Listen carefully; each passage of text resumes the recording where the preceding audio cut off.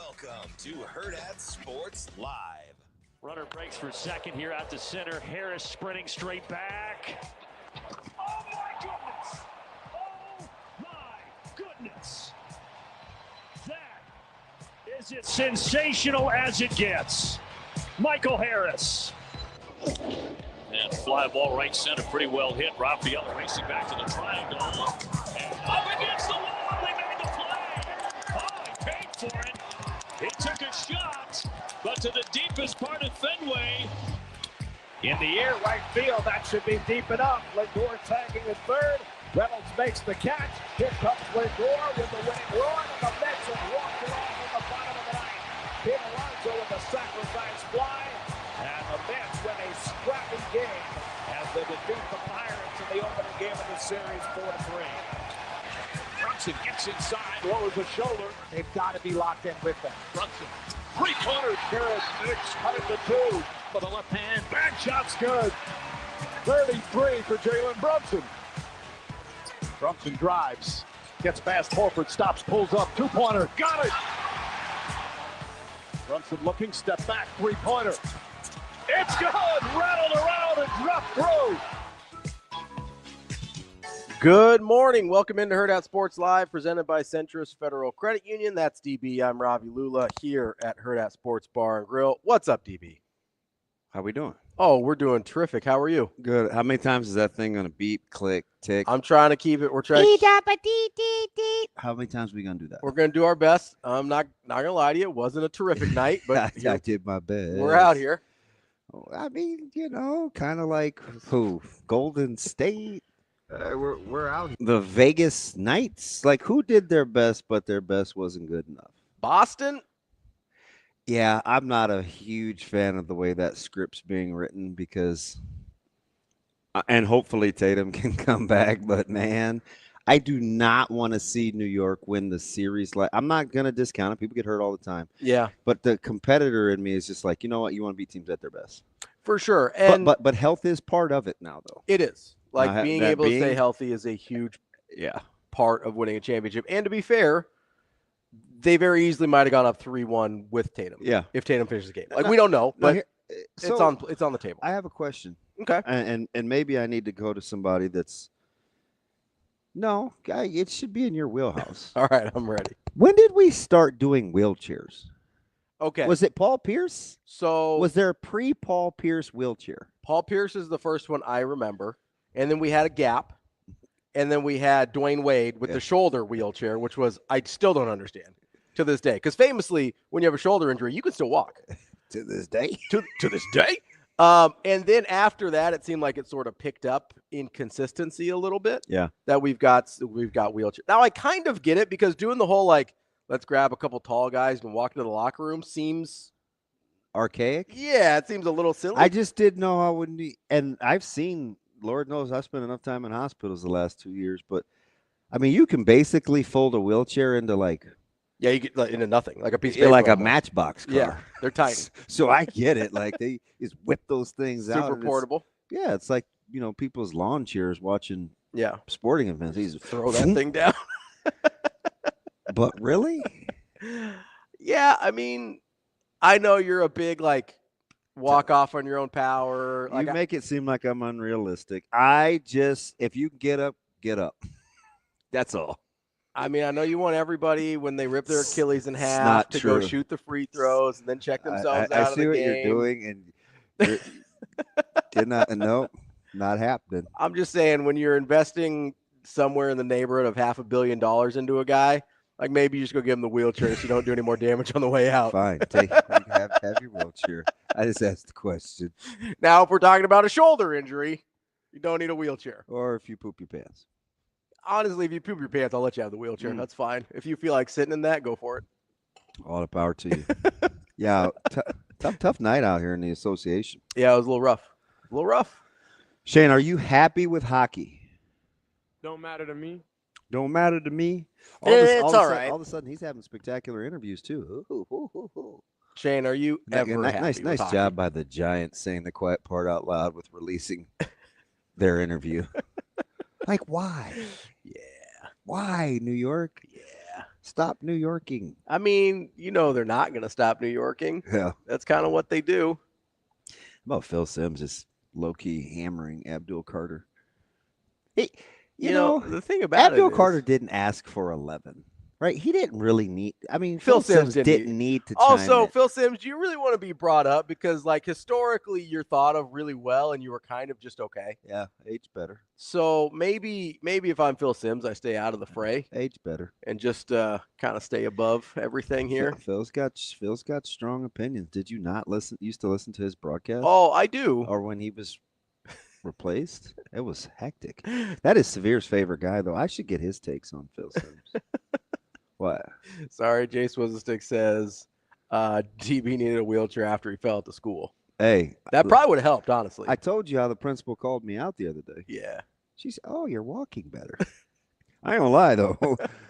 If I could have hit the ramp, I would have taken a wheelchair. In that moment, I feel like you would have taken it. Man, your boy tried to get off the ground so fast it was almost detrimental to my health.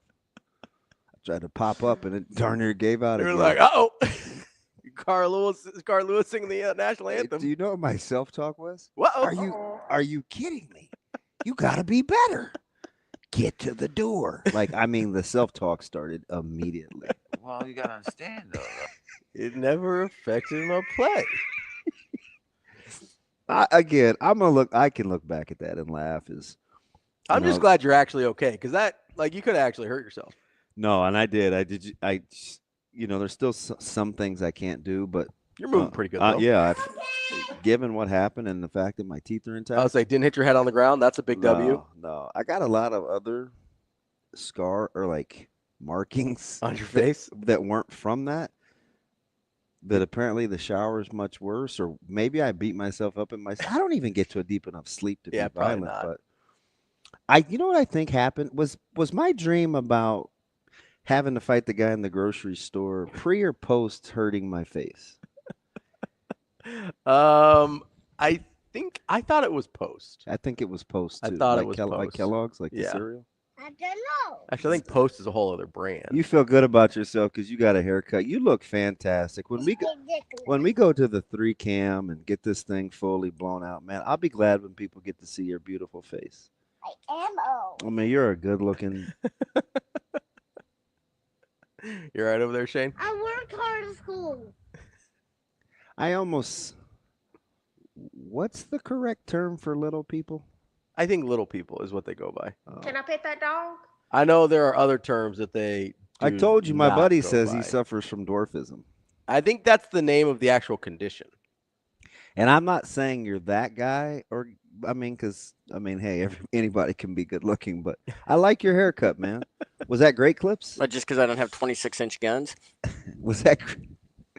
I don't even know what that means. Was that Great Clips? It was Great Clips, yes.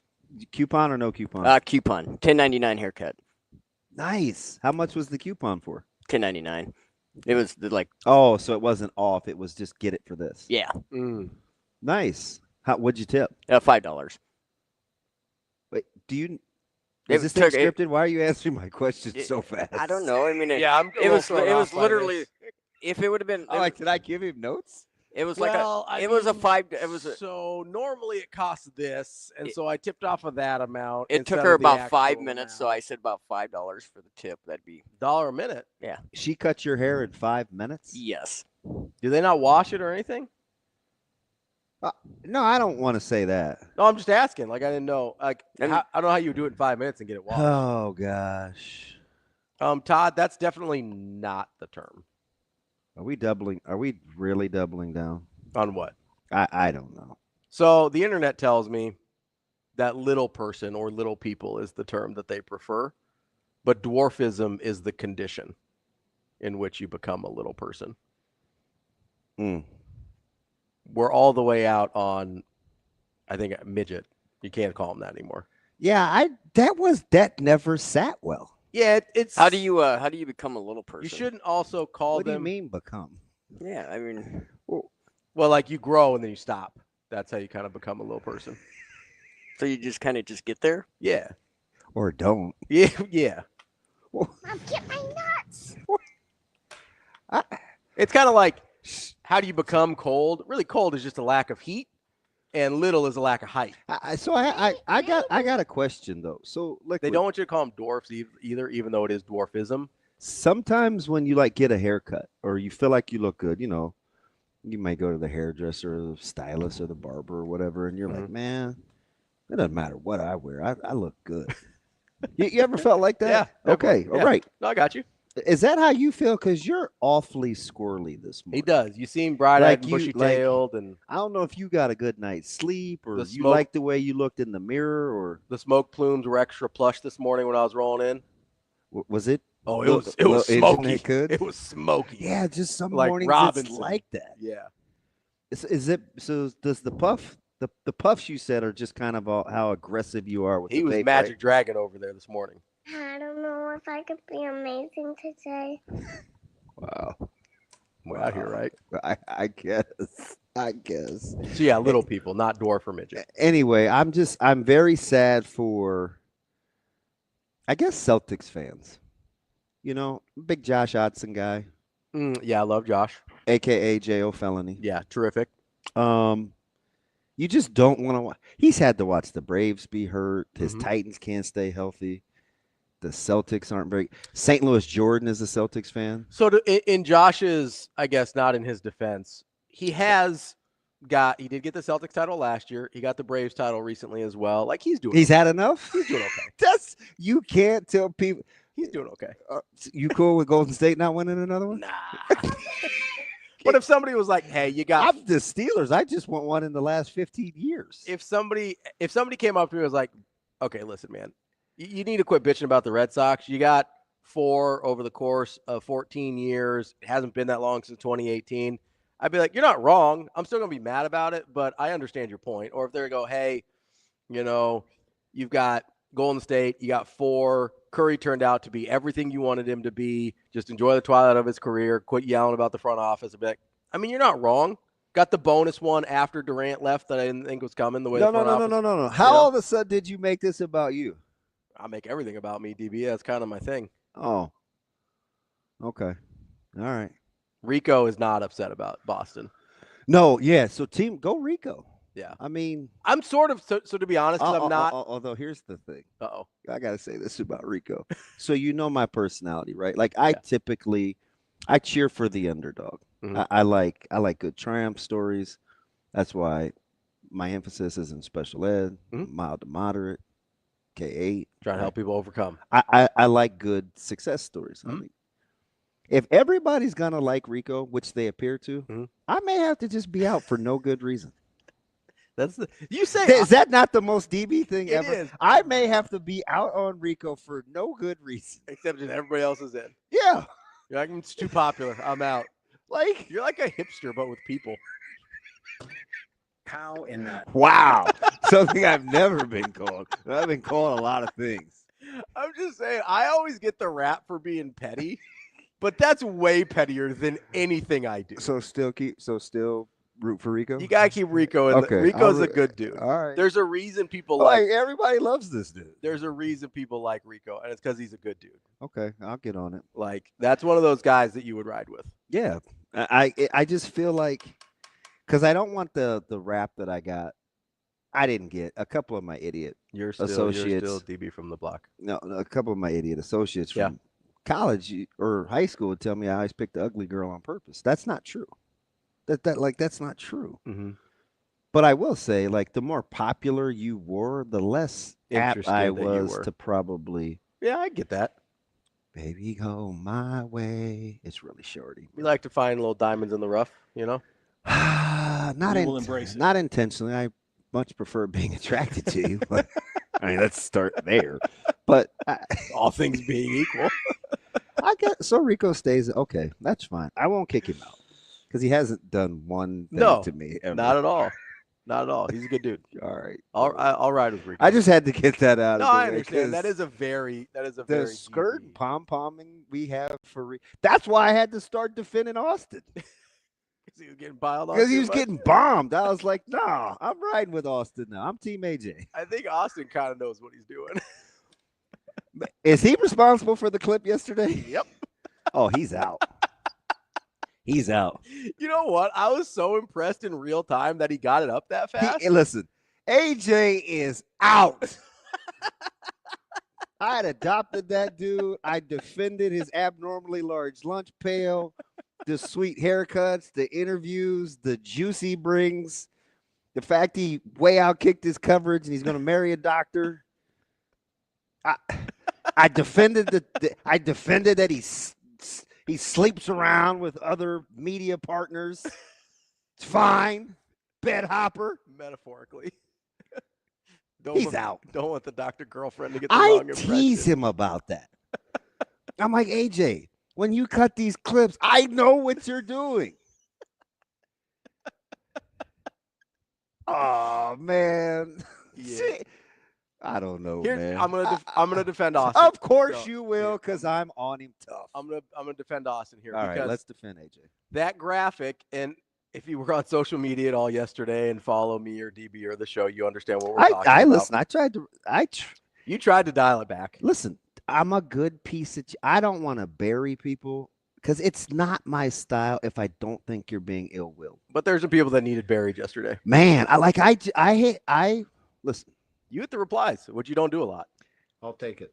So when people that I trust, like that I actually respect, they do media-esque type things or they're in positions of influence. Yeah. When they hit me up and like, are you serious? Like I know that we're on the right path. Yeah. Right. A couple dudes in particular, like it forced me to go back and listen. I'm like, that wasn't really the point. Because I'm not a big, I don't know what you call it, because it's supposed to be what your job is. But when you make people consume the content, like, oh, let me go check this out. You're not real clickbaity. I'm not. Yeah, so that's not my style. I want people to listen because they think it's good, not because we trick them. And for disclosure, somebody else used that on me this week, and I was like, hey, are you making fun of me? That's mine. No, he looked dead at me. I was like, people have been using this since the turn of the century. I was like, damn, why so hostile? Smart dude. Anyway, turn of the century, though? It's AC. Wait, so when would the turn of the century be? I guess this 2000 now, I guess. I bet he was talking about 1900. So that's what my brain goes to, but it's because I was born before 2000. But I'm like, we're like a quarter of the way into this thing. It's probably 2000. AC? No, he's actually nice to me. He's probably, he and Brett. You said smart guy, so I thought. Are the only two people that I really, really, really ride with that have never been mean to me. Everybody else has a couple of notches on their belt. I've never been actually mean to you. Robbie, you're a jerk. Me and St. Louis Jordan had this talk yesterday because he's hooking me up with these workouts. And I'm like, I don't know, man. I'm never actually mean to you. Well, it's funny because you beat him into submission. He's like, man, I need to go have a beer with that guy. I'm like, shoot, a year ago, you're like, I can't ride with him. Listen, I wear people down. So anyway, and I would get on, like, I've gotten on Austin before about, hey, man, like, when you cut these clips, like, that's not what I said. But he's really, gotta give him, he's really good at what he does. So, okay, cool. Yeah. I'll go with it. But yesterday, man, I'm like, so this is what I hate. Opinions are fine. You can have your own sets of opinions. You do not get your own sets of facts. And the ignorance in groupthink was incredible. I'm like, wild. You guys are purposely and proudly being ignorant. Like defiantly ignorant. And I guess it's like, so my one dude, and his political affiliation would surprise you. But, you know, he makes this reference. He goes, I almost did his voice, and I did not want to give him away. Okay. Lock in. He's like, DB. Oh, wait. I'm trying not to do his emotions. Okay. The gist of it was the inability to just want to go back and get something. Yeah, get the information you need. Or just equip yourself. But he said something interesting, though. Because we've kind of gotten lazy with information. We just want opinions. Or we read a headline and we think we know everything about it. Or so whatever. we aren't. So this particular individual doesn't deal with a ton of adults on that level. Now he deals with a ton of adults, but mostly it's younger people aspiring. So he's like, now I don't want to be super myopic and go best case scenario, but a lot of times we just want limited amounts of information to validate how we feel. And I was like, Instead of deciding how we feel based on the information that we've gathered. Yeah. And in my head, that's very common. Okay, that's fine. Yeah, I'll ride with that. But why? Because I have to go back into reading articles from people that I don't necessarily like, but sometimes they got good stuff. So I want to know. You know why? Because, because it feels good. That's why. No, it feels good. No, I don't believe that. In the short term, it feels good. I do not believe that. It's in the short term, it feels good. I don't believe to that. be validated. I don't believe that. To be validated in is ignorance really bliss? Yes, I think so. A lot of times. Okay. I think if you feel a certain way and you feel strongly about that, which obviously people do, whether we're talking about politics or football or whatever, people feel strongly about kids learning about these things, right? Caseloads. People telling the truth. Obviously, that's the thing I feel strongly about. So there is a immediate validation that feels good when you find information that agrees with you. And it feels bad when somebody says, hey, you might be wrong. Now, long term, taking that you might be wrong and figuring out, okay, do I need more information? And then you go get it and you see, okay, no, I still think I'm right. Or, this person had a point. Maybe I need to adjust my thinking here a little bit. I understand this. I grew up in an evangelical church. I went to school to be a pastor. What does that mean? And my life, evangelical? Yes. It's like, people use it all the time. So it's Protestant, so not Catholic. Okay. And then it's not. So I grew up particularly in non-denominational, so not Presbyterian or Lutheran or anything like that. It's kind of its own thing. Yeah. Basically, big Word of God guy. Real big on literal translations of the Bible, baptism, that kind of thing. Old school, new school guy. A lot of relational. Right, tearing of the curtain guy. Where are we at? Tearing of the curtain. You've got big relational with Jesus. I know sometimes people just throw around these terms, and I'm like, listen, man, we're either believers or we're not, and that's not how a lot of people think, though. Because I know people that grew up. I know, I understand that. Yeah, literally, I grew up with people in the churches I grew up with that thought you're one sect off. Yeah, that. If you're the wrong version, you're going to hell. Oh. Not just I disagree with you, but you're full on not even a Christian. People are a lot of fun at their cookies and cake parties. They're super fun. A lot of bundt cake people. A lot of receptions in the church basement after weddings. A lot of angel food. Yeah, angel food, cake, and iced tea. But I grew up in that environment. Do they wear the strappy sandals and the scarves. A lot of homeschooling. Not that there's anything wrong with that. Not that there's anything wrong with that. I was going to say strappy sandals. Not that there's anything. I don't know. I hate those too. Not that there's anything wrong with homeschooling. Big homeschool guy. We call them Jesus sandals. You just go from bad to worse. But I grew up in a very specific environment. And then I went to school to be a pastor in that specific environment. Yeah. And as I'm learning these things. Ravi here for helping people. Obviously it didn't work out. But as I'm learning these things I'm getting more and more information, my worldview changed. My views on religion, on everything changed. And that's not to say that I'm not a person who still considers himself spiritual or a believer to a certain degree, but I have a very different belief system than I did now. That was a hard process for me to go through because I was deeply entrenched in the things I believe. That's part of it too, is it's not just our beliefs. A lot of times we have an entire community around the things we believe, right? Whether it's politics or religion or sports. And so to break away from that groupthink, there's actual consequences in our real lives. And so that is painful. Okay, that's fine. But what is it that makes you feel good about agreeing with something you have no idea about?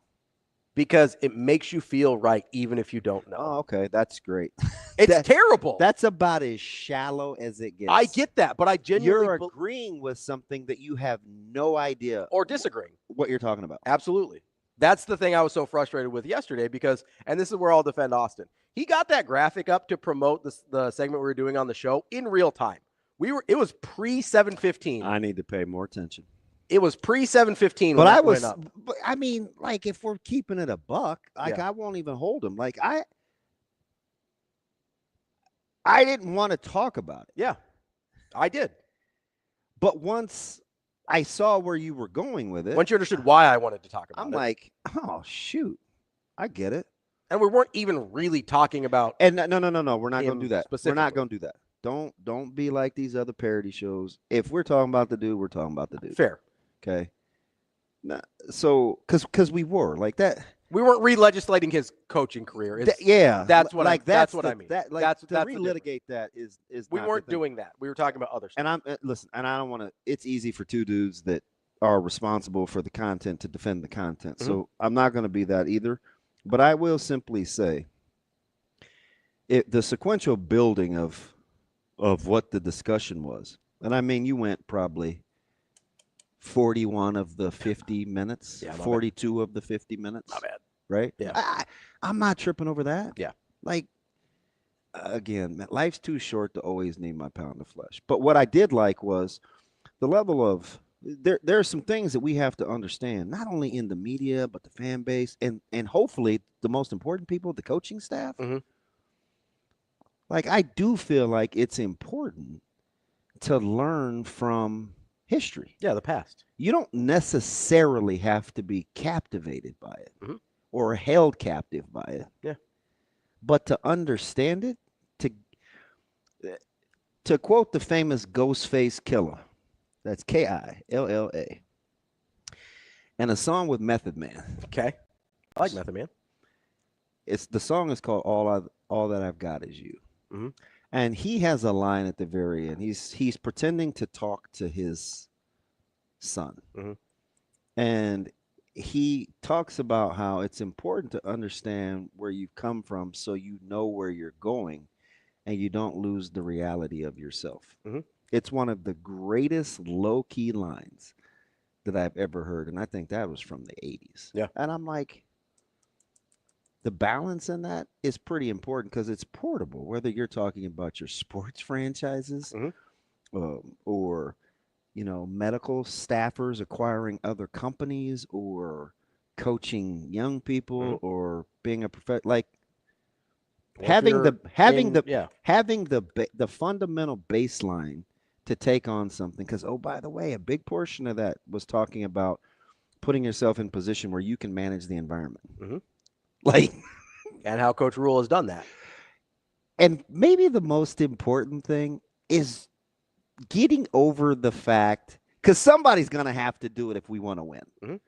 Somebody's going to have to get over the fact that the things that make Nebraska unique, not good, not great, different. The things that make Nebraska unique, how you view it can often determine your success. Absolutely. Absolutely. It wasn't that fancy. Absolutely. I'm like, I want to say you're not very smart. I want to say you're not acting very smart for sure. I'm wanting to say you're choosing ignorance out of safety, but I didn't need to because I just felt like the people that are actually like relevant and being they know. The people that listen knew what we were talking about. Like pretty clearly. We're just doubling down. But I also don't let me sit here and phony baloney you that I understand if you just say to me, well, this damn DB, and I'm gonna eat it, even though I didn't. This is a we thing, but I'm gonna eat this though because this is how I feel. This isn't how you have to feel. Okay, young Ravi, with the hard to pronounce middle name. And multiple consonants and only a few vowels in your last name. It's just the 2. 3 to 2, right? That's not a terrible ratio. It's a bad series deficit, though. Seen worse. Correct. Been in worse currently. Wow. That's a good point. 3-1. I don't love it. Yeah. What would that be? I was going to think of a last name, but I'm not. Ronnie Lott. Wow, good call. 3 to 1. Great last name, too. The end all, if you're like, man, I see that coach, that name, I'm out. Mm-hmm. Okay, I don't have any problems with that. But what you don't get to do is be accusatory in terms of what we're doing. Of what the content was. Yeah. Yeah. Like you can't have it both ways. You can't choose to remove yourself from the content And then still be part of the conversation. and then critique the content. Yeah. Like that to me. That's what made me mad. That doesn't make any sense. I get if some people don't want to talk about. There's some stuff we see it on the chat sometimes. There's some stuff that we talk about that not everybody's interested in. I get that. It's a 3-hour show. Not everything's going to be for everybody. I get that. My man last night at the very and I like him because he is. I would call him a super fan, and he's good to me. And I don't want to dictate my feelings on whether somebody. I know you're like, yeah, you do, DB. Whether they're good to me or not. No, it matters though. But I did learn a lot about people. But at the very end of the day, and I threw my hands up. You know, he said, "Man, it's sad that I got to scroll back through all these." He's like, okay, I understand. So basically, it was the labeling of the content's fault. Mm-hmm. That's what a lot of people landed on. But here's why I was defending Austin. Because it came out in real time. Hold on. And he didn't know we were going to talk about it. One moment, please. Go ahead. Sierra Boca, por favor. I don't think, and you said this during the segment, you're like, it's your fault. I can't let you off the hook for that. Because once you realize, this is the adult in me, once you realize that could be the issue, either go back and get the content or be like, man, my bad. Don't even be part of the conversation. Yeah. Sure, we can always blame it on something else. Yeah. Or you can take responsibility. You can just take responsibility. Which, ironically enough, was what we were talking about. Was a large portion of the conversation. Like it's not that hard. It doesn't have to be vitriol. We don't have to go 0 to 100. I don't. You have to spend all day on Twitter. Yeah, just you go back and get it. You can or don't and stop talking. Man, those are the options. That's it. That's it. I don't. I made this example. I don't watch movie trailers and then criticize the movie if I decide I don't want to go see it. You know what I mean? Yeah. I was a little. It was disappointing. It was really disappointing. But I had a couple people put it in context for me. I will say I was proud of our listeners because I don't think anybody that listened actually had a problem. Hey, that's one time where TK being hard-headed. Yeah. Like paid dividends. There was several of our listeners in the mentions. TK was going hard. So his very first response was pretty much all you needed to read. If you cared to get it right instead because of be right. he wasn't accusatory. No. He just explained. He was real factual. Yeah. And I was like, that's all you need to read right there. Very lawyery. Oh, it was. Kept himself safe. Yeah. Just like, hey, this is what actually happened versus what you're saying happened. Yeah. So either go back and get it or don't have this conversation. I was like, okay. Yeah. All right then, TK. Yeah, no, I really appreciate it because it was very clear who had listened and who was a regular listener of the show and understood what was happening versus who was just trolling on the internet. And again, I'm cool with I'm out. The minute I see it, I'm out. Mm-hmm. But like it just shows like the stalker jealous girlfriend thing just lets me know like I can't rock with you. Yeah. Because you can't rationalize with irrational people, and you clearly aren't very bright. Yeah. Right. And I always say people can make you dumber. They sure can. So that's a me choice. Yeah. Right. Okay, I can engage. I can, because I want you to do well. Like I see it where you're trying to do with your content and all the other stuff. Yeah. Yeah. You appear to be a big fan. Like I want to help you. Mm-hmm. But some people don't want to be helped. Man, I'm like, that is really second grade-ish. Yeah. That's what we're on. Yeah. So I mean, I was a little, I cheer for, and that's just me being a gump, right? Like, if I wasn't such a softie, it would probably have elicited a you would have done like I did and done like an all caps quote tweet response. Yeah, see, I'm not doing that. Because I wasn't angry. I was angry. It was pretty disappointing. I'm like, but then I had to go back and count because I was talking with my I would call him a mentor. He probably would just be like, we hang out. But he is about to catch a plane too, so I think he was like concerned. He's like, what I miss? He's like, you cool? I'm like, oh, this, and this. And he's like, oh, when I'm on the flight, whatever. So he hit me back later, and he's like, man, he's like, welcome to my world. I'm like, that's depressing. Yeah. He said, no, just be better. And I was like, how you going to? That's what I say to you. Oh, maybe I need to practice. So I don't know if it's being a softie, but I do genuinely cheer for people. But I do see why we're in some of the conditions we're in. Yeah. Because it's really funny. It's like the Spider-Man meme. And it's like, oh, boy, this is toxic.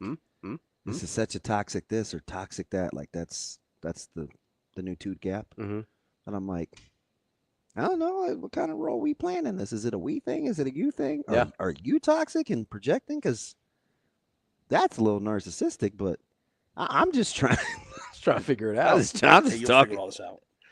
Funny. Oh, funny. Yeah. Hey, you'll figure all this out. Funny you use that guy. Yeah, kind of. It's a funny dude. It's a funny guy. He's a funny dude. Yeah. Smart. We enjoy Coach Rule around here. He's a smart dude. Certainly wouldn't have any hot takes. No. Good to see everybody. Nah, no hot takes. It's a whole different thing we don't need to get into. I'm just Hot take. He said that? Hot take. Apparently. Coming up on the show today, we're going to talk to a couple of our friends. At 8 o'clock, we've got Kyle Peterson from ESPN. I just saw KP. As we get ramped up on college baseball coverage kind of throughout the next couple of weeks as we're heading into College World Series season. And then, of course, at 9 o'clock, we'll talk to our regular Mike Schaefer, Husker 24/7. KP must be out here tanning. You could tell he does a lot of Southeastern Conference. But he doesn't strike me as the pool layout guy. Well, you got to do something during the day. Hey, KP was golden brown at the funeral. I'm like, wow. Staying crispy. And it was weird, too, because it caught me off guard. And the first thing I said at a funeral was, man, you look good. DB, making people feel good at funerals. Should I take that back? No, that's fine. See, maybe it was inappropriate. Nah, it's all right. Wife looked at me like, hey, man, that's my, hey, you can have it. I'm just saying. Hey, I got eyeballs, don't I? I'm just saying. That's DB. I'm Ravi. Lulla more. That's Sports Live coming up next.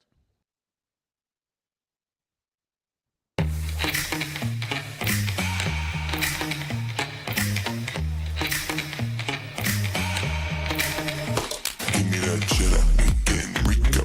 Big money and rolls like burritos. Give me that hot sauce, no pico. Give me that.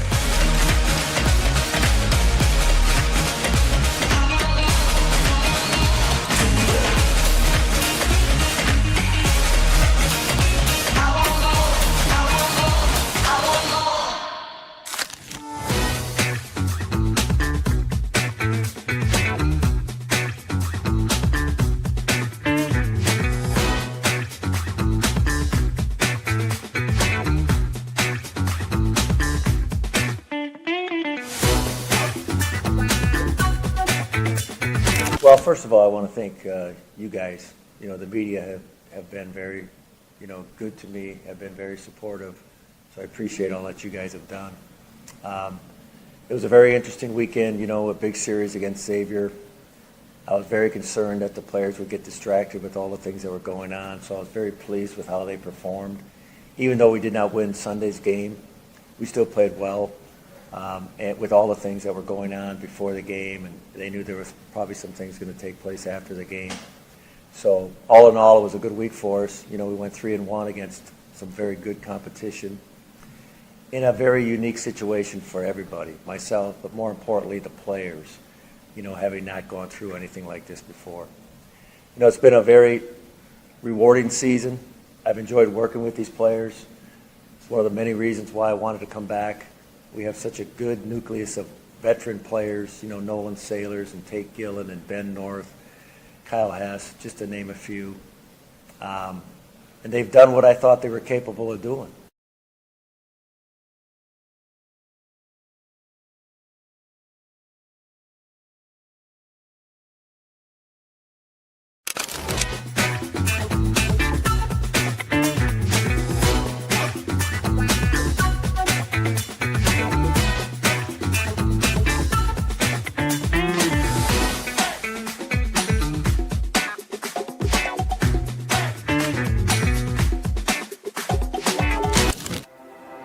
At Centros Federal Credit Union, we have the tools and resources to help our members fulfill their financial goals. With a focus on building a stronger community for the next generation of leaders.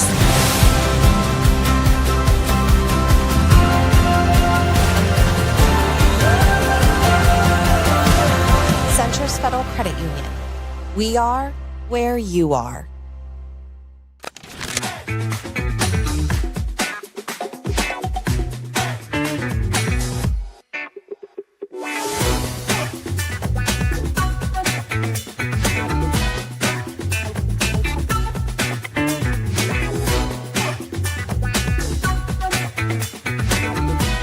So we're really focused on that, and these it's like, for me, it's having like 22 sons in the summer, and I love these kids and men, and we do a couple things. One of the things is we try to have as many of them possible live under the same roof to create that bond.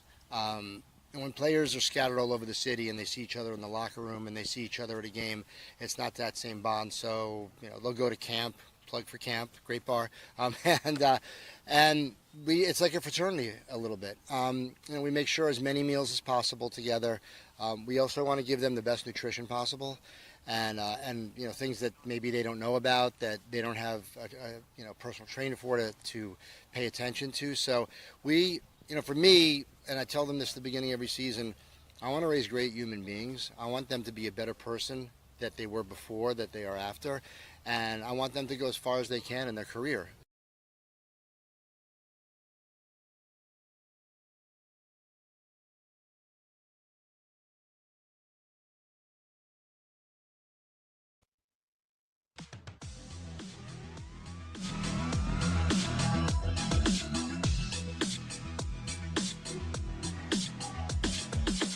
You're listening to Hurrdat Sports Live. We're back here on Hurrdat Sports Live. That's DB. I'm Ravi, Lulla here at Hurrdat Sports Bar and Grill. Don't forget, you can come in, get those May monthly specials, whether it's those beef tachos I was telling you about yesterday, or you want something on a little lighter side, like a strawberry chicken salad, or maybe you're just coming in for a little drink. It's that summertime. Get some of that blackberry lemonade as well. It's a little boozy, a little breezy, depends on what you're going for. Wait, a little boozy? I think that's an alcoholic drink out there. It probably is. The breezy blackberry lemonade. Is it Chase's concoction? I would imagine. I'll take it. Then Chase knows what he's doing. That's what I'm saying. It sounds tasty. Get out here, enjoy your summer. Got some patios out here as well. I mean, we're out here, right? Hurrdat Sports Bar and Grill. It's where the magic happens. That's what I've been told, at least. Nah. A leader. Hello, Tim. Oh, good old Tim. So, yesterday. Yes. All my trouble seems so far. No. I know you're a big Beatles guy. Pretty overrated. Hot take. Well, speaking of hot takes, they did capture a generation by storm. Speaking and two countries. Speaking of more than two, but yeah, definitely two. Okay, John Leslie. I'm just saying, if you want to get knock it off. He's the biggest advocate of all time. I thought it was John Lennon. It's George Harrison. No. It's all Portuguese to me. Ringo Starr was on PBS because he was on probation. Is he's the drummer, right, Shane? Yeah. He was on Shining Time Station for like 2 years. Who? Shining Time Station. It was this PBS show when I was a kid. Are they still getting funding? I don't know yet. We'll see. That was not. You were not a Shining Time Station guy? No. Yeah, he was on. The drummer of the Beatles was on there for 2 years. Listen, I'm not about to just be listening to this dude talk about hot takes. Because he got in trouble, and that was his community service, was being on PBS. Oh, I got you. Instead of going to prison, which I think is a pretty good deal. Prison? No, PBS over prison is a good deal. Yeah, I'll definitely. If you had the option. Yep, definitely taken. I would rather be on, definitely. Daniel Tiger or something rather than being Daniel Tiger's Neighborhood. Is that a PBS show? Well, you watched it. No wonder you're weird. To me, that sounds soft. Yeah, it does. I was a big Dinosaur Train guy when I was a nanny. Did you watch any? Okay, I'm gonna need you to cut it off. What? Did you watch any of the cool cartoons? You couldn't go back and get it because it's way before you. But were you interested in He-Man or Thundar or Dungeons and Dragons or Super Friends? I was a big Spider-Man cartoon guy. Okay, he's the softest of the newbies, but that's fine. I was a big Batman cartoon guy. You watch Marvel? Not the cartoons, really. The cartoons weren't like on whatever channels we had. They weren't like on. Okay. The only ones that were on frequently were Batman and Spider-Man. Because full disclosure, at 3:40 in the morning on Saturday going into Sunday. This week? I was watching reruns of the Super Friends. Yeah, I think you have more channels now. It's a challenge. I mean, maybe I have access. I don't know. Oh, I mean, I had like 4 channels. So I think if you have No, more but my point is you can go back and get it. Yeah, I'm not going to, though. Oh, He-Man is incredible. I'm not doing that. Shane, there are some animation and some drawings that are so cool. They need to bring it back. Yeah. The big-eyed, huge pupils, spiky hair, like that stuff is not cool. Not a big anime guy? No, like Zoe's into Big City Greens. I don't know what that is. Like this animation looks ridiculous. Gravity Falls. I was a big Dinosaur Train guy. Where are the cool cartoons? You guys just like and then they gummied up the Spider-Man is Amazing Friends. They made it about little kids. Yeah, I don't remember that. I didn't see that. What's new? Mine was just a pretty regular Spider-Man cartoon. Like Zoe, what we watching this morning? Big City Greens on the spacecraft. This show is terrible. I watched some Arthur growing up. Do you know what she can do? What? She can change the profile pictures. Really? Yeah. She might be a little. So I've gone from the old black dude on Soul. I've been Thanos. I've been a great white shark. And currently I am Daredevil. Well, at least she knows the things you like. Yeah. My mom is. You're a big Daredevil guy, right? I love Daredevil. Yeah. My mom, she hasn't changed it because I think she looks like her. She is the grandmother, the mom in Moana. Mm.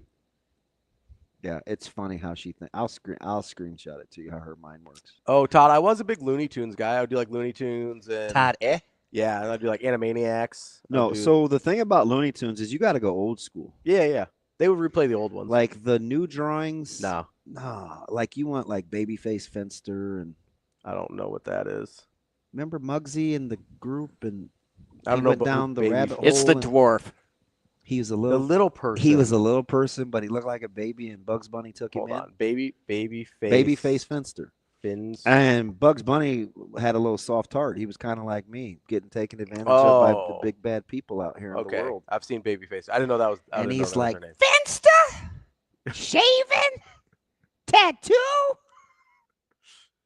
Yeah, because Finster, while he thought Bugs was sleeping, had a little tattoo and he was shaving in the mirror in the old rabbit hole, which apparently had limitless space. Well, yeah, if you're underground, you just keep digging. Kind of like boulders falling on people and being blown up and not dying. That's a Wile E. Coyote situation there. Yeah, he just walk around haggard. I don't know. I've seen some coyotes. They're not that wily, you know. Yeah, my mom's got a raccoon problem. They're mostly skittish. So my genius sister sent her like this contraption from like the 3000s. It's the most sistery gift ever. It is like, why didn't she just hire it's somebody to take something care that of Fred it? from Scooby-Doo would build. I watched a little bit of Scooby-Doo. Yeah, I'm not gonna. It was okay. I'm not gonna hold you. We actually like that's Zoe's thing on Sundays. Scooby-Doo. Yeah, it was all right. I mean, because she it wasn't my favorite. Sleeps in till 8:00. Yeah, go to bed. It was all right. There, you know, my favorite one. Did you watch the? What's the one with the? It's brand new. The Cove one, where they kind of changed the animation. If it was brand new, I definitely have not watched it. Not a big cartoon guy. Huh? No, I don't really go. I don't watch a ton of cartoons now. Yeah, well, I bet that'll explain your cranky disposition. I mean, no judgment. If you like cartoons, that's cool, but it's not really my deal. It's not really my deal. No, my favorite show when I was a kid, it was only on for a couple years, but it was called Hysteria, but it was all historical figures as like children, and they sort of made parodies of their historical like caricatures, more or less. I enjoyed it a lot because I was sort of a nerd when I was a kid, still am. But yeah, there's no question. But like I really enjoyed history, and so they had like a little baby Gandhi and like a little baby Napoleon. Wait, why'd you start with Gandhi? Because he had the funniest lines. No bias. No, there was one.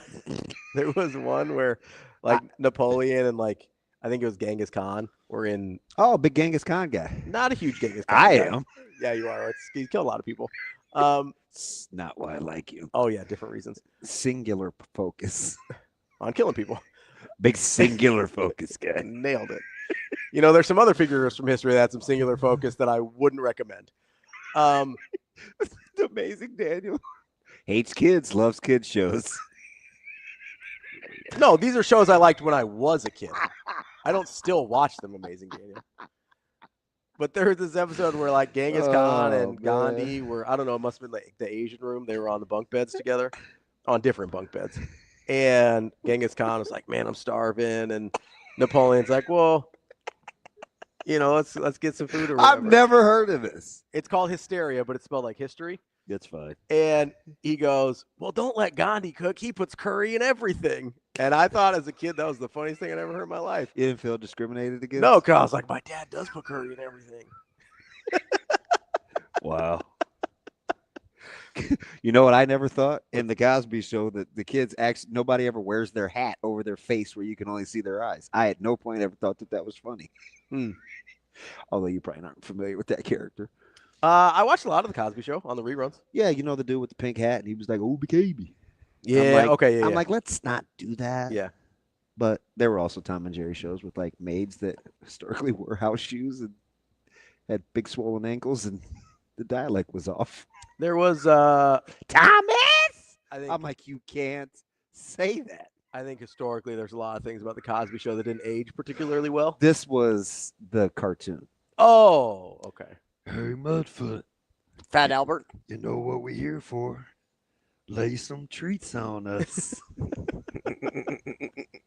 Is Fat Albert the hey guy? Hey. That's my dude. I'm glad you did the voice because I was going to. I was a big Fat Albert guy. I was going to, and I was like, I probably shouldn't do that. You like school on Sundays. No class. I'm kidding. Are you excited about the He-Man remake coming out? Yes. And this time, don't kill He-Man. Keep Adam alive. Whoa, spoiler. This was the one that just came out like 2 years ago. Or was it COVID? When that He-Man come out and they like 7 years ago. Again. It was like 2017. You just had that in the Rolodex? This is unscripted. I was watching the trailer earlier. Okay. Well, anyway, they killed. And it was loaded on YouTube 7 years ago. Wow. Never ceased to amaze me. I asked you what you had for breakfast yesterday. It'd take you 13 days. I don't know. I don't remember. After the show, he'd be like, well, actually, I think I had. Oh, boy. Boy. You want to get to Wyatt here? Oh, yeah. I didn't even see him on there. Let's talk to old Wyatt. Let's talk to Wyatt before we get to Kyle Peterson here. What's going on, Wyatt? Oh, you want to talk cartoons? Because I'm all up in cartoons right now, if I can help you out. What do we got? What cartoons are you all up in? Oh, let's see. Well, hey, the one that actually is really good and that we're actually guilty of watching ourselves is Bluey. Oh, my gosh. Don't get me started. That is a staple. Wyatt, I think we're done with seasons. Oh, you're out? Like, there was a stretch she watched it every morning. Oh, yeah. That's when an adult can watch that. Where it's actually enjoyable. That's a lie. Because there's some that I cannot stand. So, Wyatt, you want a funny story? Bluey is so popular. He's coming a couple of days after Zoe's birthday. So he's coming for a Storm Chasers event on June 6th. Her birthday is June 4th. You know, Bluey. Oh, hold on a second. Bluey's animated, right? Yes. So who is coming? The Bluey character. You ever seen like like a mascot? Yes. Okay, I didn't know if it was like the guy that did his voice. I feel like you're trying to be funny. No. I didn't know. I was very confused. I didn't know if it was like the dude that did his voice. Shane, if Ravi has an Adidas imprint on his cheek, it's because I hit him. It was 3 years ago, by the way, for He-Man. So, Wyatt, like I actually I was going to be proactive and plan ahead. So last month, I looked at the VIP ticketing to get a birthday booth for Zoe. Wyatt, it was sold out in April. Oh yeah. In April. Also, Bluey's a girl. So. Oh, whatever. The British accent was throwing me. It's today years old. I had no idea. Also, they're Australian. But anyway, And is it Jen or Jen in Turning Red? Wow. It's Jen. You're still saying it, Jen. No, I'm not. Wyatt, what do you hear? Well, I mean, obviously, when Damon says it, yes. Wow. I don't know. Say it again, Damon. No. One more time. No. One more time. No. Just one more time. I'm just surprised you like that movie. I did, and I turned it off. It takes place in Canada, so I'm surprised you even like it. I love Canada. Go Edmonton. She's not a huge fan of Canadians. That's not true. Oh, my bad. Montreal, the Canadiens. Wow, they have a great open. Why? How many times have you seen Turning Red? Why are you asking Wyatt how many times you've seen Turning Red? Because Wyatt and I have common ground. Oh, okay. At least 10 times. Okay. So were you awkward? Were you feeling awkward for me as I was trying to explain what that was about? And at what point did you know it wasn't called Red Panda? I mean, I think I knew right away because I saw the title. She turns into a red panda, though, right? Like, that's the thing? Yes. Yeah. Okay. So he wasn't that far off. Yeah. No. I mean, I don't have that awkwardness yet because for my girls are too young to even begin to have that conversation. So I have no issues with it. I can just take it very literally. Like, she just turns into a red panda, and that's that. Oh, no metaphors there at all? No. I'm just more worried about. Okay, so I'm right with that, right? I felt really awkward after that segment. I was like, I hope I'm not wrong. No, it's about like going through puberty right, and all that comes with it. All right. For a young Canadian lady. I'm more like, yep, that's a very accurate portrayal of an Asian family and an Asian mom. But yeah. Wow. What was the mom's name? Jen. No, so that's the guy. That's the dad? Yeah. Okay. What was his name, Wyatt? I don't know. I forget. Well, here, it's Jin. What's his name? Jen. There you see? Jen. I said like Wyatt. Jen. No, you just said Jen again. No, I didn't. You just said Jen again. No, I didn't. Wyatt, I appreciate you getting me in more trouble. Thank you. You're welcome. Hey, and Ravi, if you ever want to go to White Castle, bigger road trip, just let me know. I saw that movie, and that's actually really funny. Jen, because we look like Jin. Wyatt and I look like the characters from that movie. One of them's Indian, one of them's Asian. Yeah, cool story. Thanks, Wyatt. So he'd be Harold, I'd be Kumar, I think. I'm not even messing with you. Which, by the way, that's a funny joke, Wyatt. It took me a minute to get it, but well done. Speaking of funny, not funny. Yeah. I watched, I don't know, it was when Boston was up like 16. Mm-hmm. I dabbled with Gran Torino. Oh, yeah. Clint Eastwood was actually hilarious.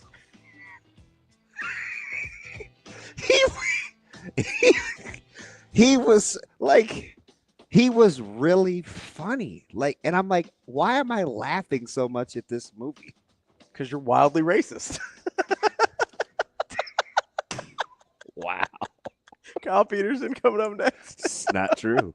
At Centris Federal Credit Union, we understand that the journey of building your own business typically starts with modest beginnings. With a little help from our team of experts and small business loan offerings, you can take your vision and transform it into a more concrete reality. Centris Federal Credit Union. We are where you are.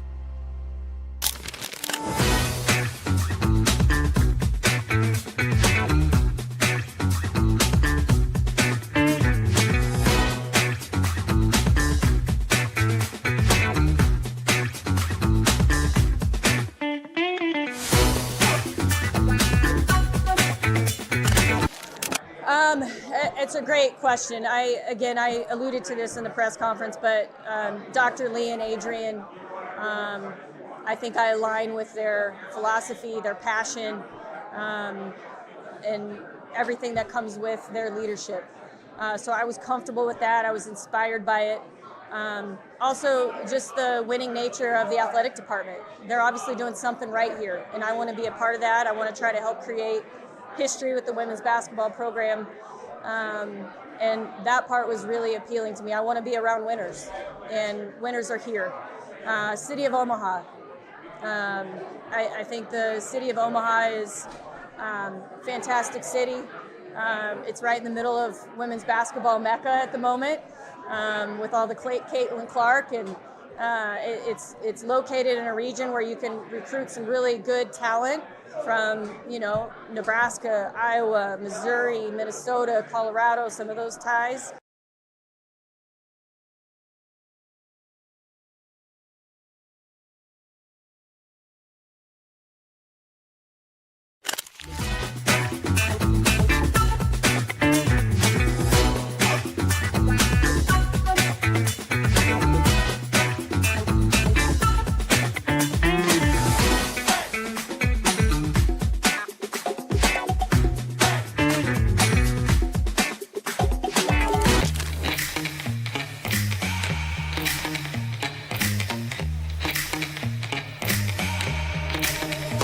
Give me that cheddar and Rico.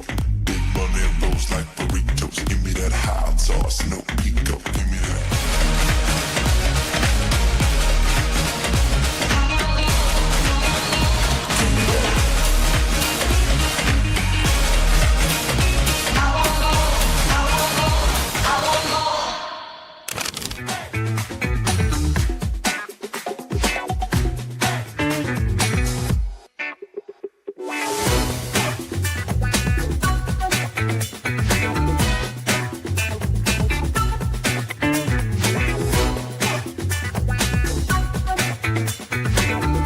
It does. Anytime you miss it, I mean, it's the ones you miss that it's like, ugh, if we would have won this game or would have won that game. Absolutely. And, we had so many injuries last year, and the fact that they fought through and we battled and we were able to win 30 games, we were just shy. I feel like we were a bubble team at the end. So for all the returners to keep working and all the newcomers to come in, and Ava said it really well. I mean, this team started, even with the transfers that transferred in this summer, they started really working hard for this day last July.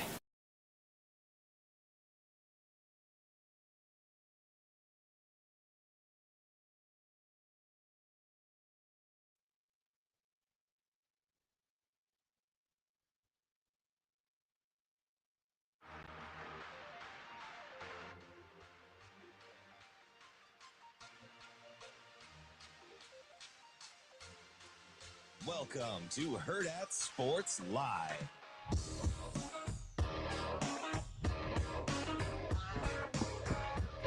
We're back here on Hurrdat Sports Live, presented by Centris Federal Credit Union. That's DB. I'm Ravi Lulla here at Hurrdat Sports Bar and Grill.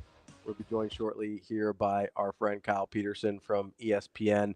Our friend and yours. Well, mostly your friend. I don't really know him. All friends and yours. I don't know what that is. I wonder if I could still turn around one of his fastballs. Could you back in the day? Yes. I'm going to have to ask for verification on this story. Kyle Peterson from ESPN joins us, college baseball analyst. Kyle, how are you this morning? Good morning, guys. How we doing? Oh, there's that voice. KP, do you do that on purpose? You're like, this guy does radio for a living, but listen to my TV voice. How are you doing, buddy? No, I have but one. I'm good. I'm really good. About to get nuts. You're especially with this SEC tournament, and if you have to go on the road, I'll get to that in a second. I told Ravi, I said, man, I felt awkward. I said when I saw him at the funeral, the first thing I could muster with that great tan, you could tell he's been in the Bible Belt, is, man, you look great. And I felt like, I don't know how appropriate that was given where we were, but that was the first thing I could say, man, you look fantastic. How you feeling? Well, I feel tan. I guess if you're gonna be fat, at least you should be tan. Wow. The first one takes a while to solve. The second one we can take care of in a couple weekends. So, I'm good, man. It's always crazy, and then we had state soccer quarters last night. Yes, They you won, did. So we'll go to what do we got? I got Tennessee, Arkansas on Thursday, then drive back Friday morning, make a 2:00 game, and then have graduation. Apparently, it's a good idea to have a graduation party at your house. So that's Saturday. And then we went through that. I'm glad you're cool, or maybe you're not. You're just playing it off. But man, that turned into a knockdown drag out with us. So good on you. Ask me. It's great. It's perfect. They don't ask me. They tell me what's happening. They tell me what to pick up. The only stressful thing I have is I got to go pick up 2 kegs on Saturday. Other than that, for the old grad party, huh? Yeah, well, gotta have something for the adults. Exactly. There'll be strict instructions, which I'm sure will be followed. 2-drink limit. It's like $1 beer at Jay's night. Hey, I'm sorry. Why are you've got one pinned against your forearm, one pinned against? Damn! Now it's a grad party. We're not at the bar. Easy. We talked about this. So yeah, and then graduate Sunday, and depending on if we're playing the finals, either go to SEC tournament Monday night or Tuesday, and off we go. So how are you kind of capping this? Is you got a couple of teams that have gotten hot late. You want to believe in Georgia because of their offense, and then you're like, I don't know. But apparently, winning on the road in the SEC is miserable. How do you try to cap this thing? I think it's pretty wide open, which is great. I mean, from an SEC tournament standpoint, the difference this year is everybody gets in. And the top 4s get a double bye, and 5 through 8 gets a single bye. So, there's some of the top 4s that don't play till Friday. Yeah. And 8 teams play on Tuesday. That's a pretty significant advantage. And the other advantage is you can set your rotation up for the postseason when you go in, because the earliest, if you're a top 4, the earliest you're going to play is Thursday. So, you can go whatever you plan to do in the postseason, you can kind of work it out through there. Now, granted, if you get beat, it doesn't matter because it's single elimination. My fear is just fan bases and whether they're all going to show up. Whether you take the chance to spend the money and go, if your team's playing on a Tuesday and you're a 9 seed, well, that 9 seed could potentially be in Omaha. Yeah. But if they get beat on Tuesday, they go home. Jackie Bradley Jr. was with us last weekend, which was a blast. And it was funny when South Carolina made their run, when they won 2 and then they almost won a 3rd. They were horrible in the SEC tournament. Mm-hmm. Horrible. Every year. Is that's when Roth threw like 81 innings, right, in Omaha? Yeah. And nobody knew his name the first year. Who's this guy? Yeah, and he ended up pitching the big leagues. So it matters because it's a trophy and fans go nuts and everything else. But the reality is, as far as does it help you win a national championship or get to Omaha? No, it really doesn't. If you're super bubble and you can play your way and get in, great. But the chances of doing that in this tournament, the way it's set up right now, are pretty minimal. So, Kyle, I'm glad you brought up the bubble and kind of what that means within the context of the SEC tournament and standings here, because we had this discussion a little bit last week with, I think it was Aaron from D1 Baseball. With Kentucky. And so you mentioned, the 9 seed in the SEC tournament could end up being in Omaha, and that doesn't seem crazy just from my vantage point here, but you get a little bit below that, right? You get to, because I think Ole Miss, if I'm reading this right, would be the 9 seed if it were started today. But then you get kind of down to that next group. You got your Kentucky, Oklahoma, Florida, Mississippi State is probably where I'll draw the line there, where you're sort of in this below 500 in the conference. The overall record still is pretty good, but not as gaudy. How do you weigh those types of teams who obviously are playing really difficult conference games week in and weekend out versus somebody from, we used Creighton as an example the other day, where they basically have to go out and win every series. Otherwise, they're not even going to have a shot.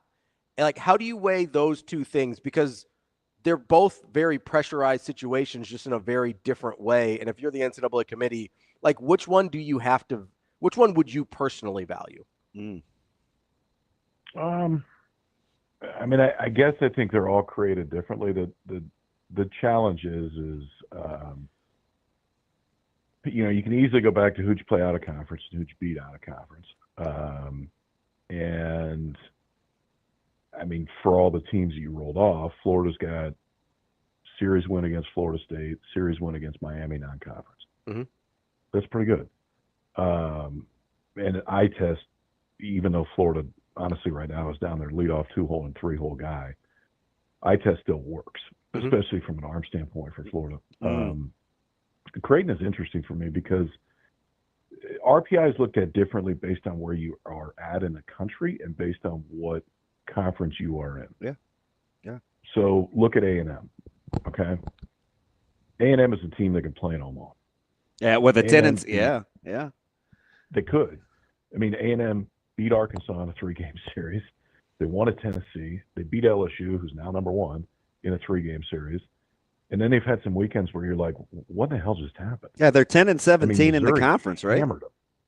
10-17. Missouri was 0-24 in the conference, and they went in and hammered them 3 straight. So A&M's RPI is 57. They're not getting in. Yeah, 1 behind Creighton. If Creighton's RPI is around 57, Creighton's getting in because it's looked at totally differently. Like, hold it, you had a chance to boost within your league and you weren't able to do it. And if you're Creighton, well, you really don't. And also when you look at Creighton, like everybody else that people are talking about to be an at-large, well, they beat them this year. They beat Xavier. They beat St. John's. They beat UConn. And they finished at Georgetown this weekend. So, I mean, I'll go Creighton specific. I think Creighton may get the benefit of the doubt. They finished at Georgetown. I mean, it'd be great to sweep them, but you got to win 2 out of 3. If you win the league outright and you go in and you look at it and go, hold on, you like Xavier, we beat them. You like St. John's, we beat them. You like UConn, we beat them. You better like us because the RPI may not say it, but ultimately they took 2 out of 3 for Nebraska, which I know is not a top RPI team, but if you really get in the committee room and you start looking at it, Creighton should favor it. Now, you got to go win a series this weekend, but Creighton should favor okay without having to win the Big East tournament. For me, now, I'm not saying it's going to happen, but I think it should. Kyle, let me ask you something. Just for instance, right, I look at Oregon, and I can't figure them out. It just kind of depends on the weekend. But I think they're going to have a distinct advantage, as let's say if they're a host going at their place. And I look at a team like, who I think is a similar comp in Auburn. They've won 3 in a row. I think they got 16 wins in the conference. Not very good on the road. But again, if you're going conference affiliation, is that a fair comp where you take a look at a team in a power conference in the Big Ten, although not near as deep, or capable championship caliber teams at the top? But I look at an Oregon and an Auburn, and I'm thinking, well, this isn't football. Hard to compare. Like, is that a good comp for how you may value RPI within said conference?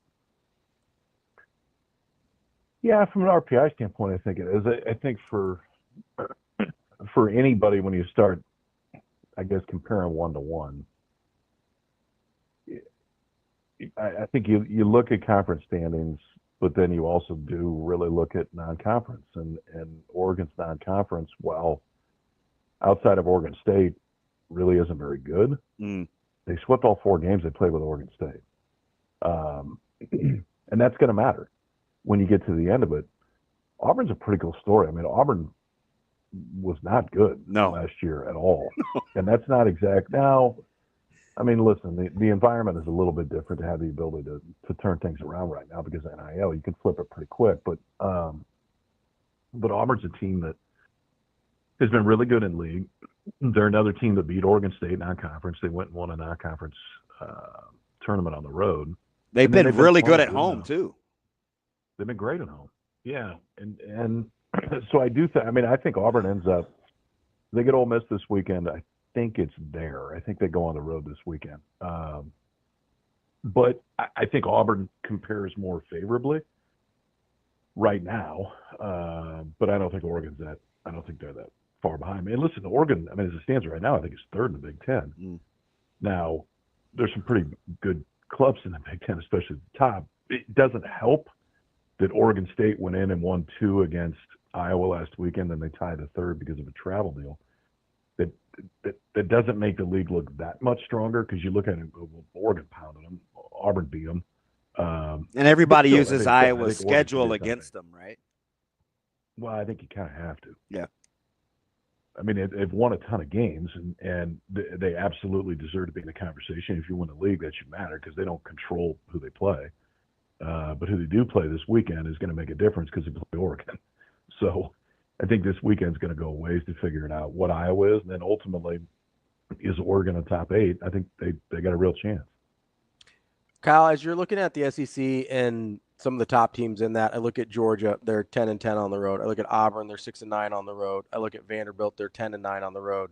I look at Arkansas, 8-7, LSU 6-7. Is there anything that you're a little concerned about some of these teams that are so home heavy in terms of their record? I mean, Georgia's like 28-3, for instance.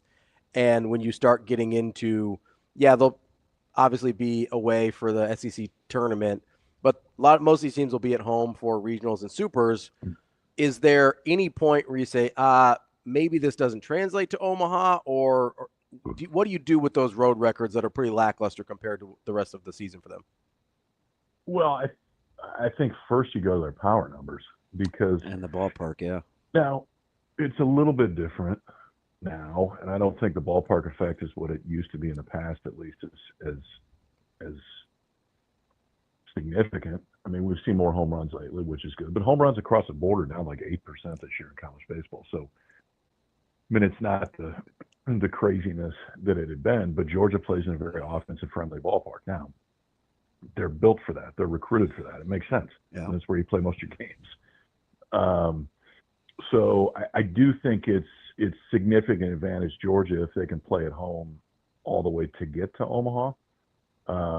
And they don't only have to hit it out of the ballpark, but it helps. And then I'll flip it and go to a team like Vanderbilt, where they're starting to hit more home runs. Their ballpark is somewhat offensive, but I wouldn't call it one of the more offensive in the SEC. But they steal a ton of bags. I think there's four guys in the lineup with double-digit stolen bases. They defend at a really high level, and they're going to hit enough home runs that them leaving that place at some point probably isn't as big of a difference, and they really pitch it, which is going to help you in that ballpark. Then I think it's a little bit more. So, yeah, I think the home road thing, I go first and foremost to what are your power numbers and potentially how can a ballpark affect it. And for a team like Tennessee, who's probably not going to, maybe they probably will host, but they're not going to be a top 8. And a Georgia, yes, you play in very offensive ballparks. You're a very offensive team. Ultimately, Omaha can have, I would even say, more of an effect this year than it did last year, just because home runs are down. So I don't want to use Vanderbilt and steal the time because you just talked about them. Let me give you another team. When you get them away from the ballpark, they got a losing record on the road, but they're 4-0 in neutral sites. A lot of people listen, it's LSU, so I get what's to like. Is that a team who you're willing, because of how they play, to overlook where they play? Yeah, I mean, listen, LSU hasn't been that massive home run team. Yeah. They've been good, but it hasn't been like off the charts, gorilla ball, hitting a million home runs. They're a little bit of an enigma. They don't have a great top to bottom offense. Yeah, they play great at home, but I mean, that place is like a unicorn. I mean, crazy the stuff that happens there. The stuff that happened there this year after 1:00 in the morning, 2 different times. So they always will have a massive advantage. Here's the deal for LSU, though. When they get here, they got a massive advantage, too, because half the state shows up. Yeah. So their ballpark advantage travels as much as anybody. Arkansas is going to travel. If they get it, I think Arkansas is the best team in the country. And if Arkansas gets here, they will show up. It's a 6-hour and 20-minute drive. I'll make it on Friday. It ain't far to get up here. And so I think for those, it doesn't limit ballpark effect, but if you load it with your own fan base, and we've seen this lately with the SEC teams that have rolled in here and bought out half the city when they show up, you start feeling like you're playing at home. Yeah, that's interesting. We've been to Fayetteville twice for AAU, and I'm like, it's an easy 6-2. It's a couple of turns and you're there. So I get it. Is it Texas's health issues, kind of their concerns with what's going to happen on the mound that has you given a little pause to the Longhorns? No, I mean, they don't. They pass the eye test as somebody that you say, hey, yeah, I mean, they're a top 10, 15 team in the country and a team that's got a chance to get here, but not a whole lot of wow factor offensively. They're good. What Texas does, as well as literally anyone in the country, is defend and control the running game. And it goes back to Schloss. And Max Wiener, their pitching coach, is really, really good at varying looks. No one has stolen third base on Texas the entire year. No one. Jeez. If you went and watched Vandy run wild on Tennessee this weekend, yeah, well, they stole third base 3 or 4 times. Is this the double steals? And they just, I mean, you want to talk about green light. I mean, I don't know. It was neon. Like, you get on, you're going. Yeah. And what Texas can do is they can control facets of the game that don't necessarily get looked at right away, but directly affect the outcome of the game. They lost their ace. They're not going to get him back. Max Ballou was a Big 12 Player of the Year last year, broke his hamate, or excuse me, it was a wrist issue. He should be back. They should get him back for the postseason. I don't know if it'll be SEC tournament. That's a big offensive boost because that's their best hitter. They got a freshman 5-star safety playing left that gets better every day. Kid that's supposed to be a high school senior right now, John Williams, who is so much fun to watch. And so some of these is you get Ballou healthy, you get Williams more at bats. They're going to hit enough, and their pitching numbers are still very good. But I think that the thing with Texas is I'd be shocked if they beat themselves. And there's a lot of other teams. Tennessee beat themselves this weekend. I've seen other teams beat themselves this year. Texas ain't going to do that. Let me flip conferences because they've got a huge one. I'm a diehard Carolina guy, and I'm constantly let down. But I will say this: you talk about teams that aren't real sexy top to bottom. It's offensively just okay. They're grimy though, about as grimy as a Carolina team could be. They got a huge series with FSU this weekend to close it out. When you look at the ACC. And I get it. FSU's hitting 325 as a team. Who's best built to crash the SEC party if there's a showdown in Omaha? I think Florida State is because I think they have 2 aces. And historically, we talk about pitch and depth a lot in a regional, because especially if you get beat, because you could come back all the way through and you're playing doubleheaders and everything else. You don't play doubleheaders in Omaha. You get time off. Yeah. So the depth of the staff, you don't need to be 11 or 12 deep. You got to be like 6. And if you get 6 real dudes, you got a chance to run through it and essentially not use anybody else for meaningful innings. Doesn't always happen that way, but it definitely can. And Florida State goes ace-ace. And if you go ace-ace, then I think you have an advantage when you get to Omaha over everybody. You probably have an advantage the whole year, but I think the advantage is bigger in Omaha because of the off days. Who's the next best? If there's somebody within the ACC? Yeah, I'm sorry. I didn't want to cut you off, but who's the next best team in the ACC then? I still think it's Clemson. And Carolina's right there too, but I still think it's Clemson. I would, and this is totally dependent upon whether they can pick the ball up and throw it to first base. But if Wake Forest can do that and they get in, Wake Forest could be a pain because they can be very offensive. There's some power arms. Their defense has not been good this year. In fact, they're kind of a head scratcher team. I saw them against Clemson. And Clemson beat them, but got done. And you're like, I think the team in black's probably better, but they haven't been. I think Wake could be a surprise team when they get to the postseason because it's kind of like Florida last year. You get to the postseason, you're like, I don't really care what happened for the 4 months before this. We're 0-0. And then Florida was one of the best teams in the country for the next 3 weeks. I'm not saying Wake can make the same type of run, but it wouldn't shock me if we look up and Wake's playing in the Super with a chance to go to Omaha. That's kind of disappointing, Kyle. I'm thinking I finally have some arms on the back end, and I get it. You've got a stud hurt, but you get one back in Chapel Hill, and I'm thinking they've always been kind of this pretty sexy team. This is kind of an ugly. This is not a traditional Chapel Hill team. So I'm like, I'm cautiously optimistic that they won't believe their own hype because I've seen that for the last 20 years now.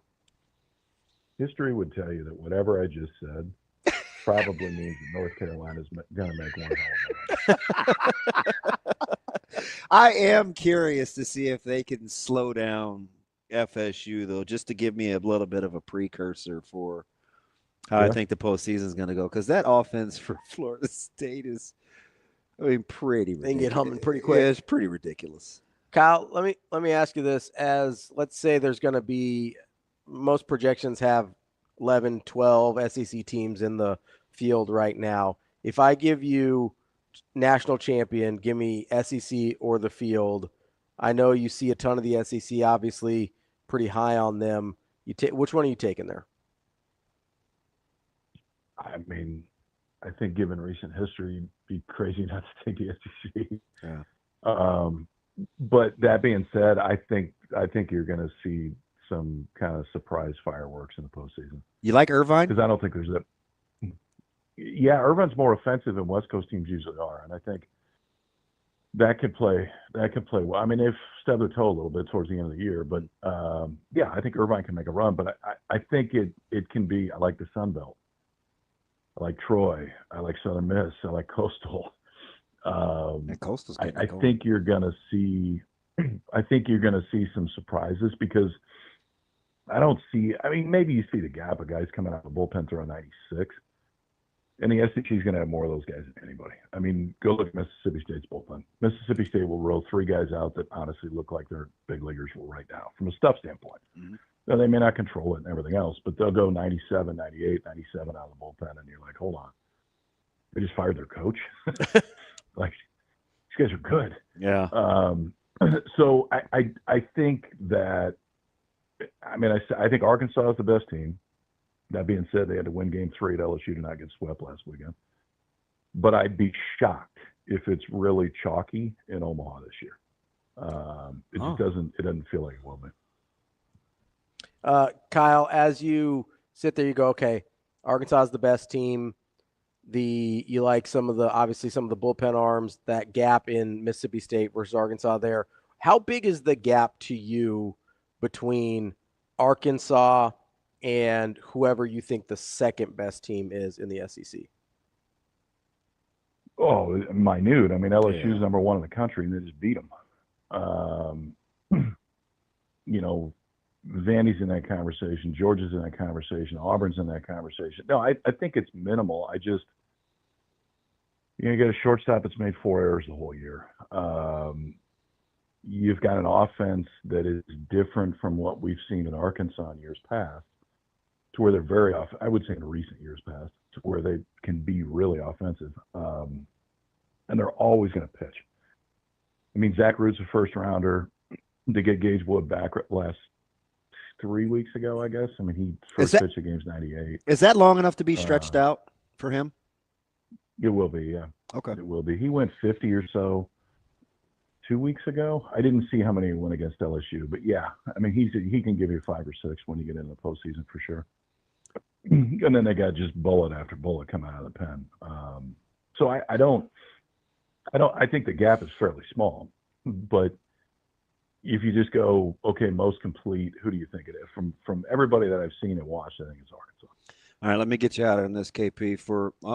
If we're on Bubble Watch, for you, who's the best of the 3 between? And I get what Kentucky just did to Oklahoma. Kentucky, Oklahoma, and Florida. Who would you take of those 3? Oh, Florida without a doubt. Okay. And I'd probably take Oklahoma second. I know what just happened, and I'd probably take Kentucky. Kentucky's hard to.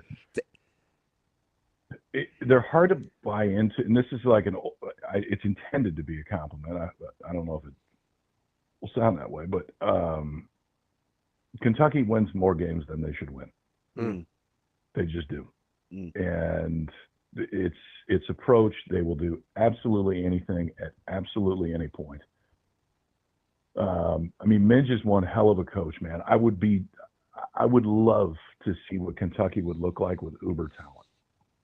Because I think he'd get confused and he wouldn't really know what to do. Because like all of the other stuff that they do, do you do as much if you can wait for the 3-run homer? I don't know. Florida's back healthy on the mound, which is big. They were good again.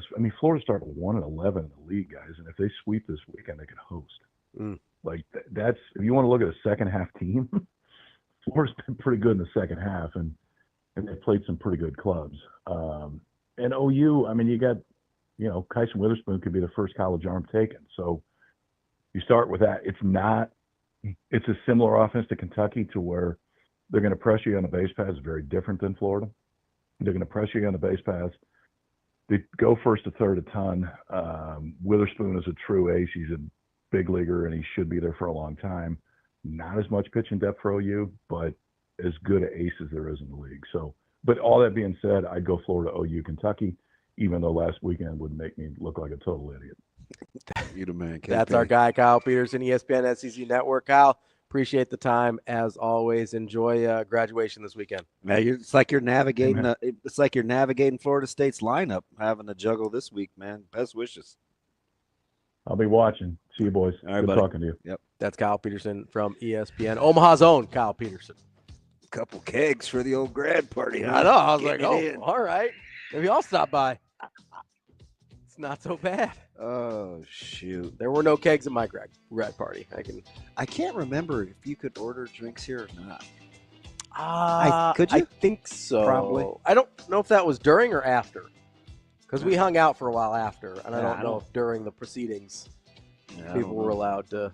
I know everybody raved about the food. It got bombed. I think you must have been able to, because the rest of the restaurant was still open, so you could kind of squeeze on back there, get yourself a drink, meander, get yourself some libations. We'll be back. More Hurrdat Sports Live.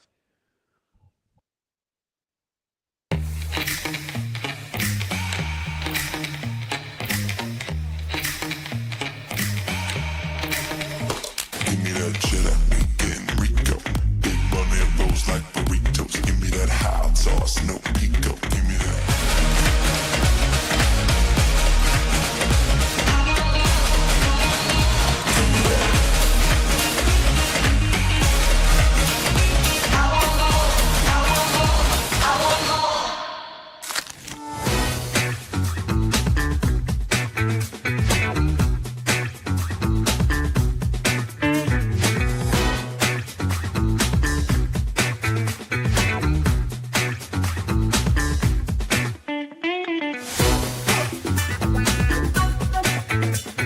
Well, first of all, I want to thank you guys. The media have been very, good to me, have been very supportive. So I appreciate all that you guys have done. It was a very interesting weekend, a big series against Xavier. I was very concerned that the players would get distracted with all the things that were going on. So I was very pleased with how they performed. Even though we did not win Sunday's game, we still played well. And with all the things that were going on before the game, and they knew there was probably some things going to take place after the game.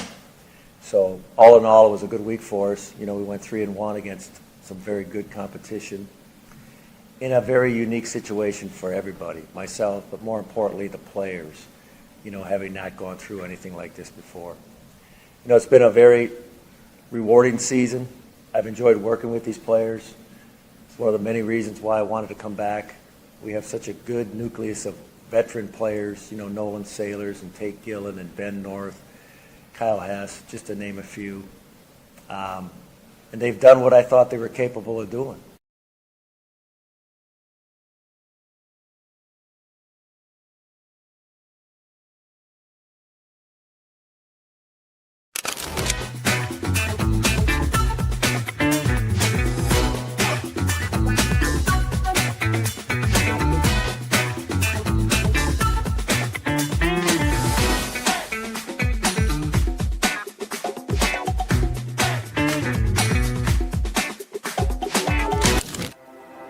At Centros Federal Credit Union, we have the tools and resources to help our members fulfill their financial goals. With a focus on building a stronger community for the next generation of leaders.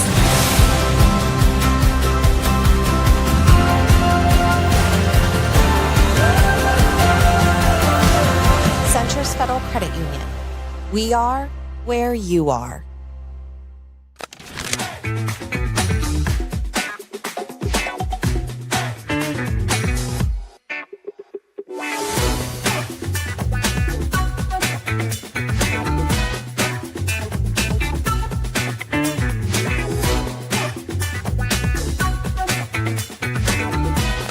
so we're really focused on that, and these it's like, for me, it's having like 22 sons in the summer, and I love these kids and men, and we do a couple things. One of the things is we try to have as many of them possible live under the same roof to create that bond. And when players are scattered all over the city and they see each other in the locker room and they see each other at a game, it's not that same bond. So they'll go to camp.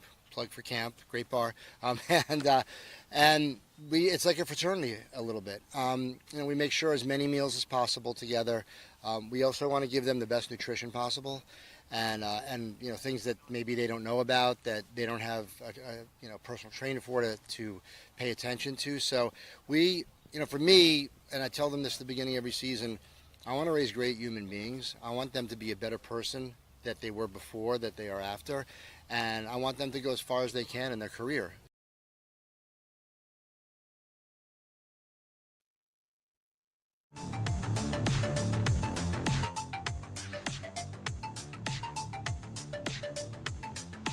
You're listening to Hurrdat Sports Live.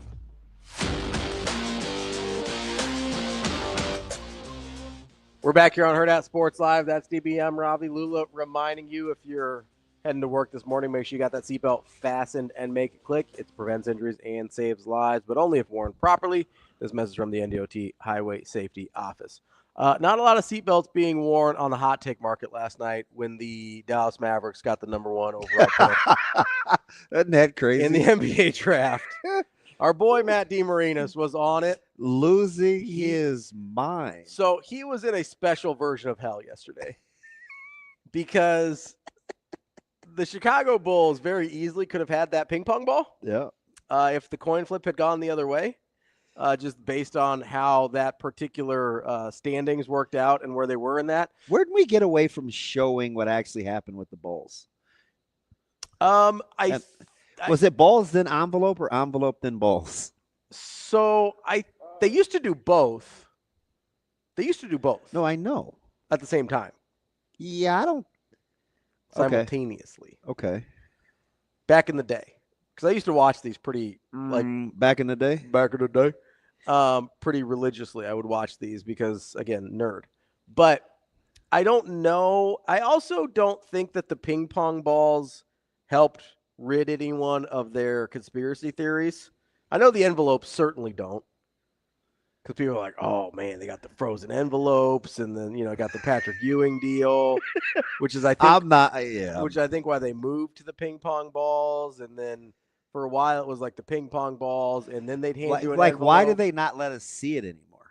Because I don't know, but I don't know that kind of low key just went away. Did we think it was theatrics and we're like, whatever? I think they were just trying to get it out. I think they realized maybe it's not the television product they hoped for.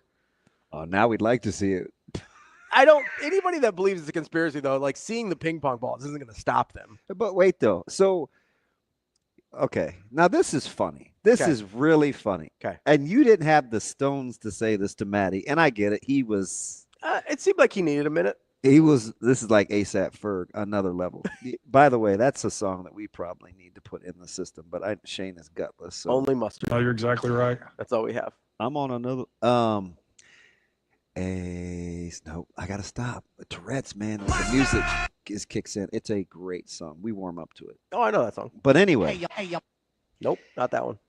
You were the one selling me before it even was like super popular. Mm-hmm. I think you went down the whole TikTok rabbit hole, and you're like, hey, the casino bid and tanking and wanting to move the franchise, and we know they want the new arena. We're just not sure they even want to end Dallas. I think it's either or. I think if they can't get the new arena, they want to move. Yeah. So, Nico's been off my line. Yeah. You sold me on the conspiracy theory. So there's different here. This is different. No, but hang on. Okay, go ahead. So you don't think that the NBA wanted to throw them a bone? So here's where I have a problem with it. Okay, well, let's talk about it. There's two separate things here. Draw straws. There's two separate things here. Yeah, rock, paper, scissors. They should do just a giant rock, paper, scissors tournament for the number 1 overall pick. Well, there's analytics on. I'd be here for that. On how to do it. There's analytics on lots of stuff. That doesn't mean we stop playing the games. Who's taking their time to do analytics on rock, scissors, paper? Nerds. this. No. So here's the difference. Have you put together any javelins lately? Javelins? Yeah, that are aerodynamically sound. No. Why would I do that? I don't know. Got to keep watering the bamboo. You got to probably Google that. Go get it. I feel like this is an Indian thing. Revenge of the Nerds. Just Google Revenge of the Nerds javelin. Oh yeah, I haven't seen it. Yeah. You'll know why I asked you. So there's a difference when everything is sort of in the owner's control, right? So when I'm looking at it, I go, okay, if this is a team, if this is an ownership group that really wants to get back to Vegas, how would they do that? And then maybe it's a conspiracy theory in terms of their motives, but I can look at it and go, okay, there doesn't really have to be a plot for this to happen. It just has to be they want to get back to Vegas. They don't think they're going to get the thing, so how do they make it easier to get to Vegas? Boom. Trade the guy that or get the new them. arena in Dallas. Well, if they don't think that's possible. But so humor me here. Yeah. You get Cooper Flagg in the number 1 pick. What makes what's the most natural inclination? What do you mean? Stay in Dallas? Yeah. Sure. Okay. So what but you're operating under the supposition that here's where it's different. It's a foregone conclusion that they won't be able to get a new arena. Because that was what was coming out of Dallas at the time. Was that it was not looking their way. So if you get the number 1 pick, then you're no longer you have to take that out of the equation because that's part of the conspiracy theory. If you get the number 1 pick and you get Cooper Flagg, it's very advantageous to build the new arena. Maybe. Ravi, you're like one of one. No, hold on. Listen. Okay. Cooper Flagg doesn't make the taxpayer burden any different. Understood. So that's my issue is from a basketball standpoint, yeah, it makes more sense to build the arena with Cooper Flagg. But from a municipal standpoint, it never makes sense to give public money to arenas in those situations. Who's your favorite franchise? The Warriors right now. Okay, so what was the supposition when they built the new arena?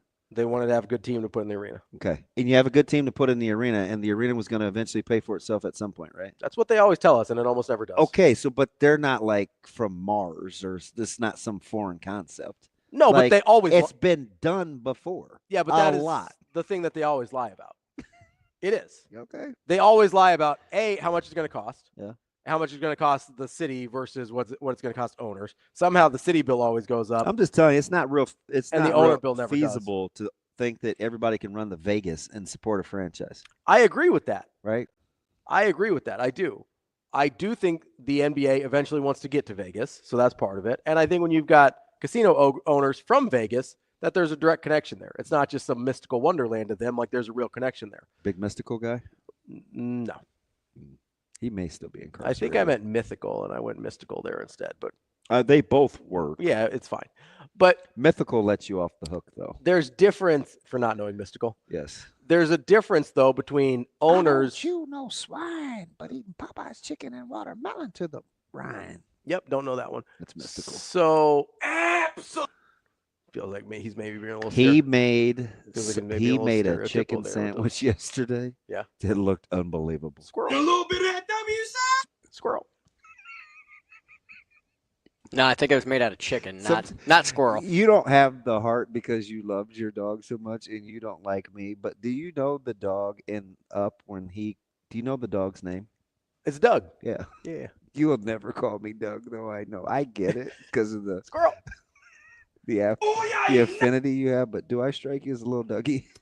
Oh my! I think somebody already taught you how to Dougie. Seems like you got that down already. Hey, no, I'm just playing. But no, I think there's a big difference between owners putting a plan in place that is not best for the place they currently are, and a league rigging things for a certain franchise. I think there's a difference there. I don't know. We're talking about layers of conspiracy. So you're like, wow, you buy stock in aluminum foil sometimes, and that's because there's certain things that make sense and there's certain things that don't. So Flagg to Dallas, you're the most iconic draft pick going right now, not being buried in Utah or Washington. Here's what would have made the most sense to me if the league was trying to stack things in their favor. Yeah, you're such a contrarian. It makes my acid reflux kick up. Just call me Amazing Daniel. Let's go, baby.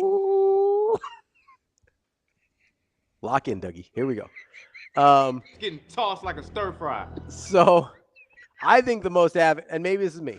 I think the most advantageous thing for the league would not be to put Cooper Flag in Dallas to reward them for being stupid or for reward them from sending a star to LA, which is what people, that's kind of the other half of this conspiracy theory. I think the best thing for the league, if they wanted to rig it, would be to pair up your new brightest star with who you want to be the face of the league in Victor Wembanyama. Then you've got something cooking if San Antonio gets the number 1 pick. So to me, that's the thing that would have made more sense. Right, because you think that El Jefe would endorse and sign off on his brand new head coach coaching Flag and Wemby? Yeah. Because Flag's game is so complementary, so he could play with another big that has a lot of his same attributes. You stack good players. Okay. That's what makes you do. 0 sense. You stack good players. Makes 0 sense. I mean, we're seeing Karl Anthony Towns and Mitchell Robinson play together. Yeah, but guess what? Because Mitchell Robinson plays so much like Cat. Listen. That makes no sense. Wemby doesn't play like Cooper Flag. They're more similar than those guys, but they don't play the same game. Okay, so you left me no margin for error by saying same, so I'm going to say no bleep. But you're talking about offensive initiators, long guys that can play on the perimeter, both can handle the ball, both very good shooters, both can rim run. They have lots of versatility within their frames. Yeah. So it's not a stretch to say they're pretty like-minded. And to that point, Mobley and Allen don't play like each other. So, you got to do better. We don't have a problem. I need you to be better. We don't have a problem when wings have overlapping skill sets. We don't have a problem because with guards they're wings. We don't have a problem You with guards. need 2. You have a 4 and a 5. That's 2 bigs. Are you really gonna die on this hill? We don't have a problem when guards have overlapping skill sets. So you think it makes more sense to put Flag with Wemby? I think if you're talking for the about NBA? The league, yes. Okay. Like faces of the league, yes. All right. Because we've never seen that work before. 2 big guys together. Yeah, that's again. You can dumb it down to make yourself seem smart. That's not what I'm saying. They clearly have similar enough skill sets. I don't think it's a problem to have overlapping skill sets when both have offensive skills. So neither one of those guys. Okay, if they were both Mitchell Robinsons, yes, I would agree. Yeah, if they were both Duncan and David Robinson, I would agree. But those are, according to big guys, because that's all that matters. I mean, but very different skill sets. I think their skill sets are varied enough and wing-like enough that you're able to get away with it. You're not talking about 2 old-school bigs here. You're not talking about 2 Jared Allens or 2 Mitchell Robinsons. You're talking about 2 guys that can do things on various areas of the floor. They don't have to start with their back to the basket. You can spread them out a little bit. Mm-hmm. You don't have to be pinned in that way. Mm-hmm. Right. Sounds good. Play together. I'd love to watch that. I think it'd be great. I think you should trade for Giannis too. Yeah. Throw him in there. Get Throw him in the bigs. mix. Yeah. Let's do it. Let's get all the bigs. Just do it. I mean, and while you're at it, you should make a move for go get Ben Simmons too, so you can put him in there. And Embiid. And then that's a squad. Well, Embiid can't stay healthy, so I don't want Embiid. You can go get Rudy Gobert though. Why? Let's go get Rudy, Wemby, Cooper, Giannis. I think you should burn this segment. And Ben Simmons. And just have a good old lineup there. Let's go. Don't be long. So you're start D'ing up. So just to land the plane. Yeah.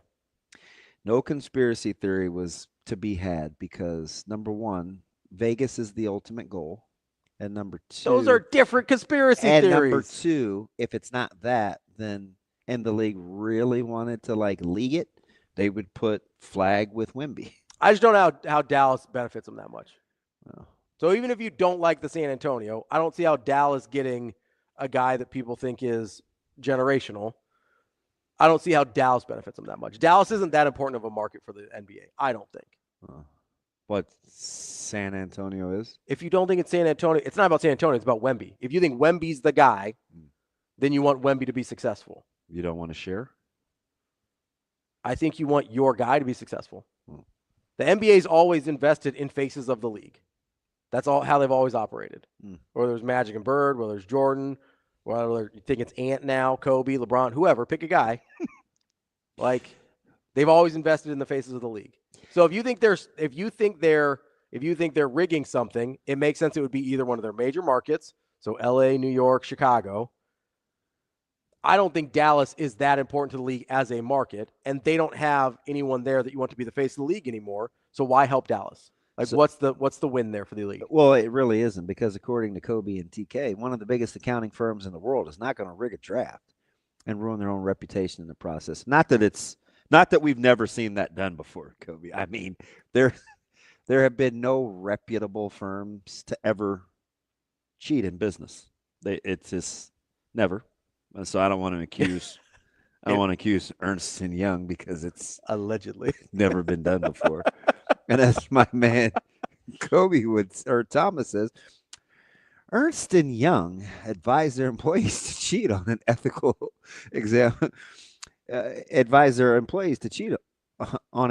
examination that they need to become accountants. They had to pay $100 million fine because of how prevalent their cheating was. See, that is what happens when we assume that because somebody's called something, that's how they act. When in reality, everybody has something to gain. Yeah. Those are very diametrically opposed concepts to the same firm that, for whatever the reason, you trotted them out there as though it's like, hey, because E&Y is out there, this has got to be on the up and up. I mean, why not? I didn't say anything about E&Y. I mean, that doesn't make it legit. No, I'm not riding with that.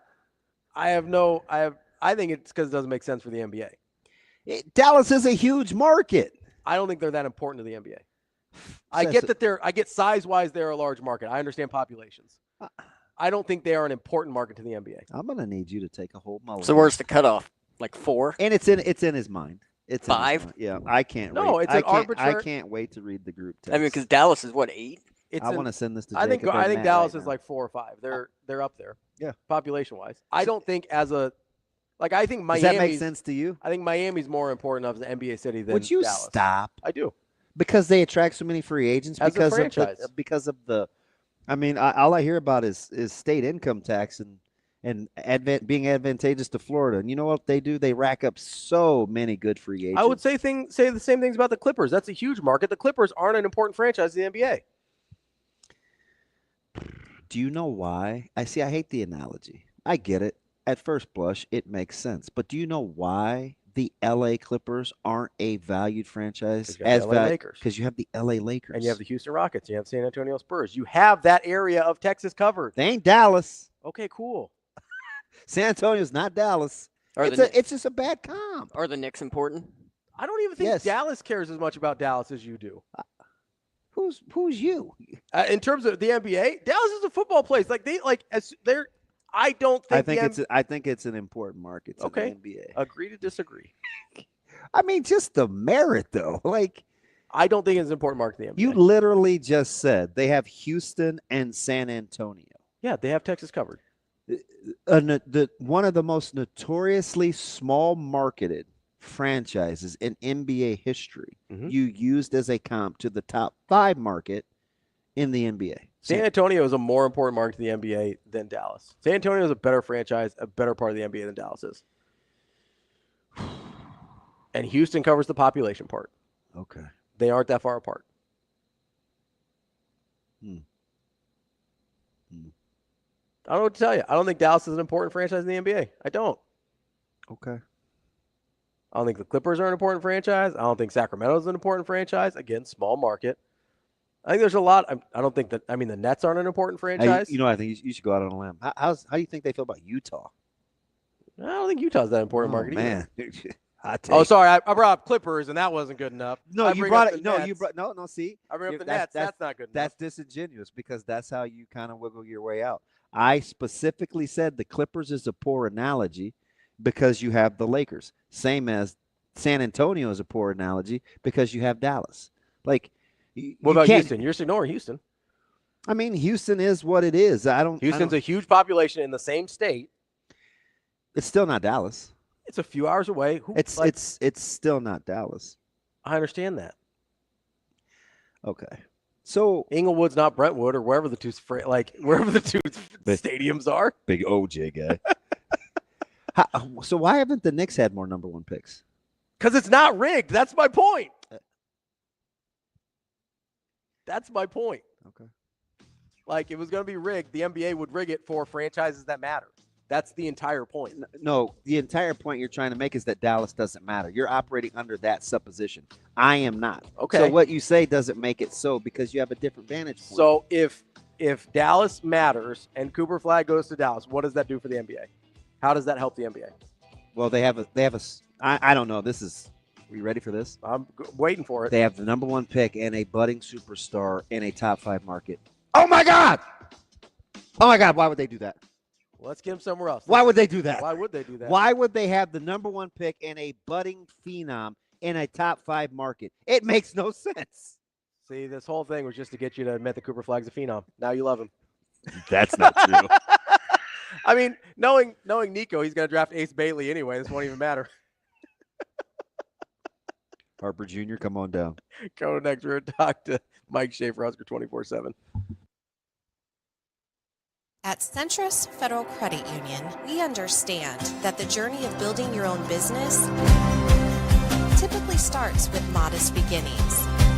With a little help from our team of experts and small business loan offerings, you can take your vision and transform it into a more concrete reality. Centris Federal Credit Union. We are where you are.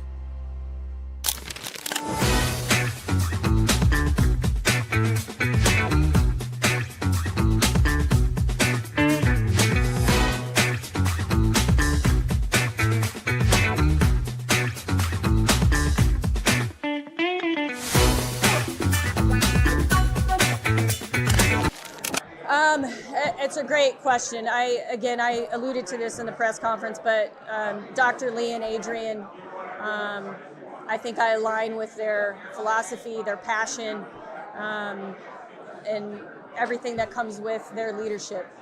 So I was comfortable with that. I was inspired by it.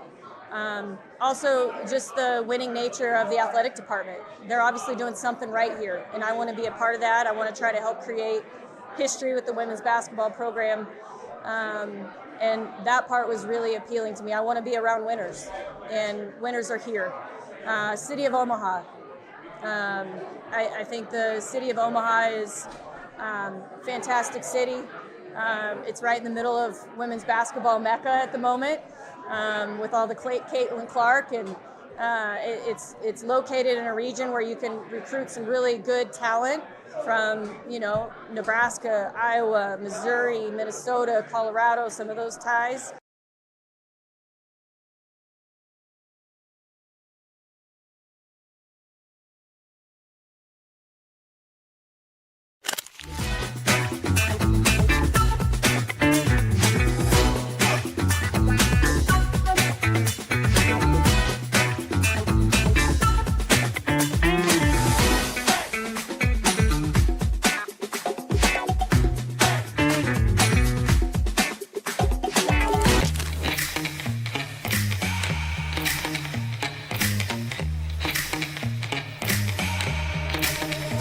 Give me that cheddar, and Rico. Big money and those like burritos. Give me that hot sauce, no pico. Give me that.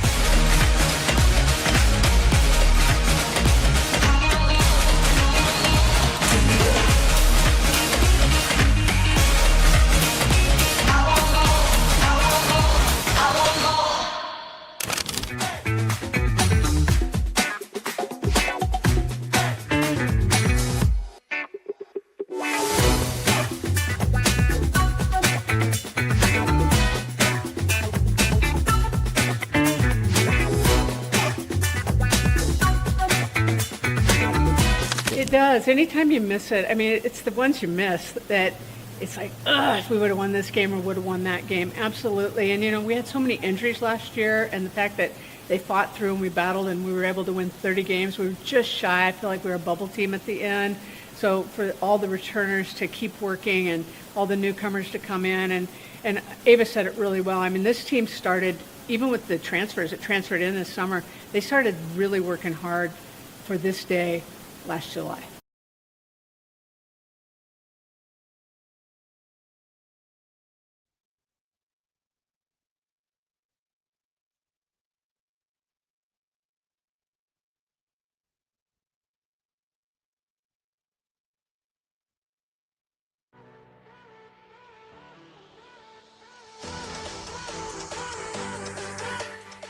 Welcome to Hurrdat Sports Live.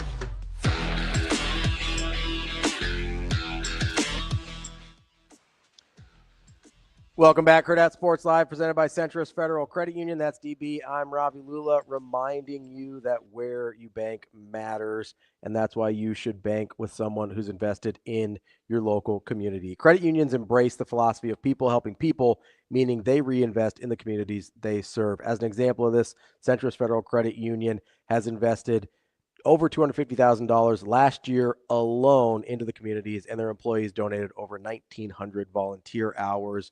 Be a part of a credit union that invests in where you live, because they live there too. CentrisFCU.org to learn more. Federally insured by NCUA. As we wait for our friend Mike J. Schaefer here to join us on a spirited and having a good time here on a Tuesday. What's wrong, DB? Nothing. I'm just trying to figure out the logic. You look like Jordan Hudson when she's letting the CBS interview get away from her and she doesn't like it. Wow. That is not where I thought you were going. I still don't understand that. But you know what I did think was very interesting? What's that? Because I'm a big body language guy. I was trying to figure out the dynamics of Dollar Bill and Jordan's that relationship. Daddy sitting next to each other at the old pageant. Yeah. Like, what do you think they're talking about? I don't know. The Great Depression? They're not that old. Nom? Maybe Nom. More like what's the Nom's more in the wheelhouse. Like, what's going on? Maybe they're talking about the good old days, going to college in the 70s and, all sorts of stuff. I don't know. Let's ask Schaefer. I hope Carolina knows what they're doing. We've got. Well, actually, I don't really. I mean, I care, but I don't care. We've got Mike Schaefer here, Husker 24/7. Schaefer, what do you think Jordan Hudson's dad and Bill Belichick were talking about at the pageant where they're sitting next to each other? Do you think they have a lot in common?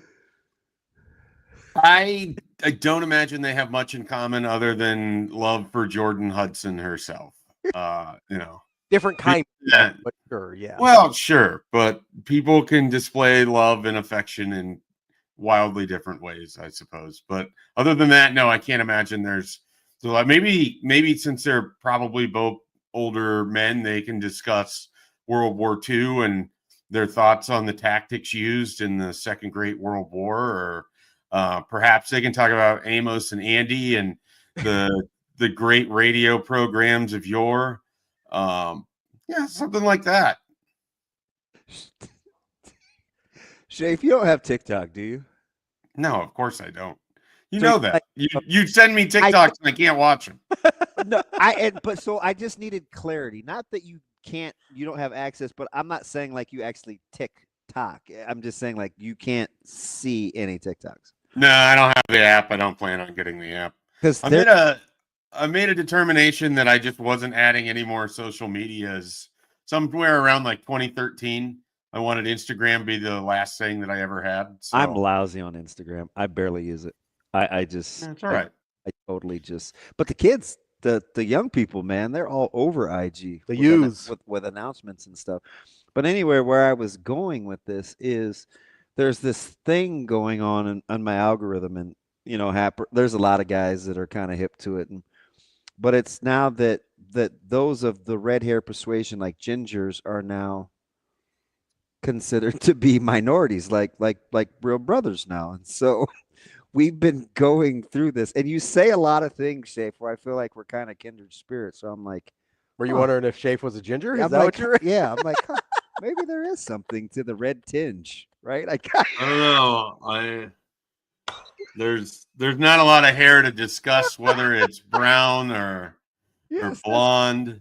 Where I was going, like Rob. A dirty blonde. It's not gray or white yet, so I guess there's that. There's just not that much of it. And tucked under a hat, it looks really clumpy, and then you get this widow's peak here. So no. Dave, you're all right with me. He's trying to make you a brother so bad.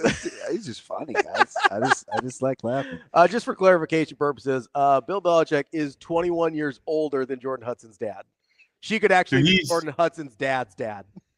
So he's like 70. Is he 75? Is that how old? 73. Yep. Okay. So 52. So he probably wouldn't have a lot of thoughts on Amos and Andy, really. or maybe even the second grade Do you war. think it's awkward for? Why did you pick Amos and Andy? I'm just curious. I mean, it begs. I was trying to move on, but it begs a follow up. I mean, it was like the first radio program that kind of came to mind to me. Not that I listened to it as a youth or anything, but more like a Smothers Brothers guy to me. I mean, yeah. I'm just saying, how awkward would it be if, like, you have a daughter and she's an adult, she's 24, you're in your 50s, and then you're basically being scolded by someone who's old enough to be her grandfather who's dating her. Like, that's got to be awkward for Heath, who I believe his name is. They're still dating, right? They're not engaged. As far as we know, but she does apparently run his entire life. So, but like, does he have to ask the 52-year-old dad for the hand in marriage? Because that would be a conversation. That's incredible. This is incredible. I mean, this is. I'm just fascinated by the whole thing. And Schaefer, maybe we'll talk about Nebraska today, maybe we won't. It's hard to tell. But I'm just fascinated by the whole thing because you've got Pablo Torre on one hand insisting that North Carolina wants to ban her from the facility. Then North Carolina comes out and says, well, she's not even an employee. That's certainly not the case. She's a welcome visitor. And then Pablo doubles down and goes, no, my reporting's right. And not only that, they're concerned that he may never coach a game for North Carolina because the buyout drops from $10 million to $1 million in about 2 weeks. Yeah, everybody thought it was because he was going to get an NFL job. And maybe it's because they're like, we don't know if we want to deal with this Jordan Hudson person, so we're going to create an exit ramp here for ourselves.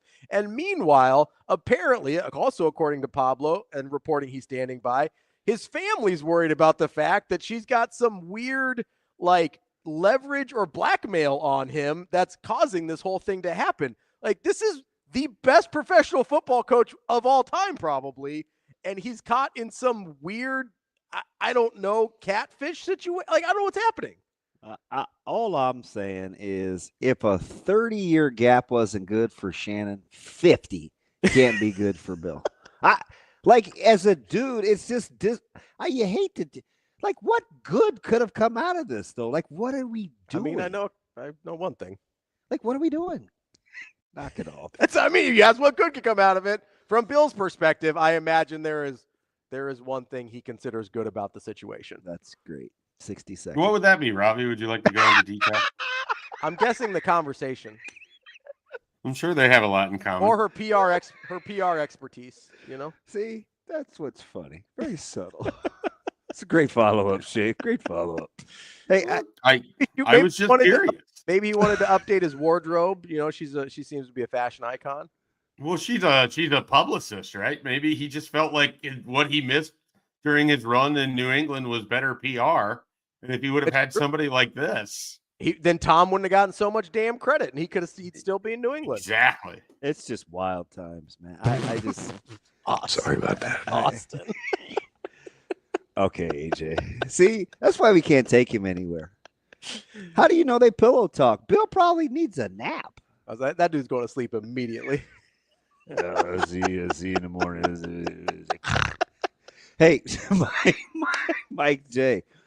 Question about Nebraska, and can you get kind of a plan of attack for how these guys are hitting the road on the recruiting trail? Because it seems like it's not so much regional as much as they've zeroed in on targets. Does that seem accurate? Yeah, that's sort of how I would take it. I don't think this is going to be a really big class. So we're talking about the 2026 class. You know, I'm kind of projecting anywhere from like 12 to 15 high school kids.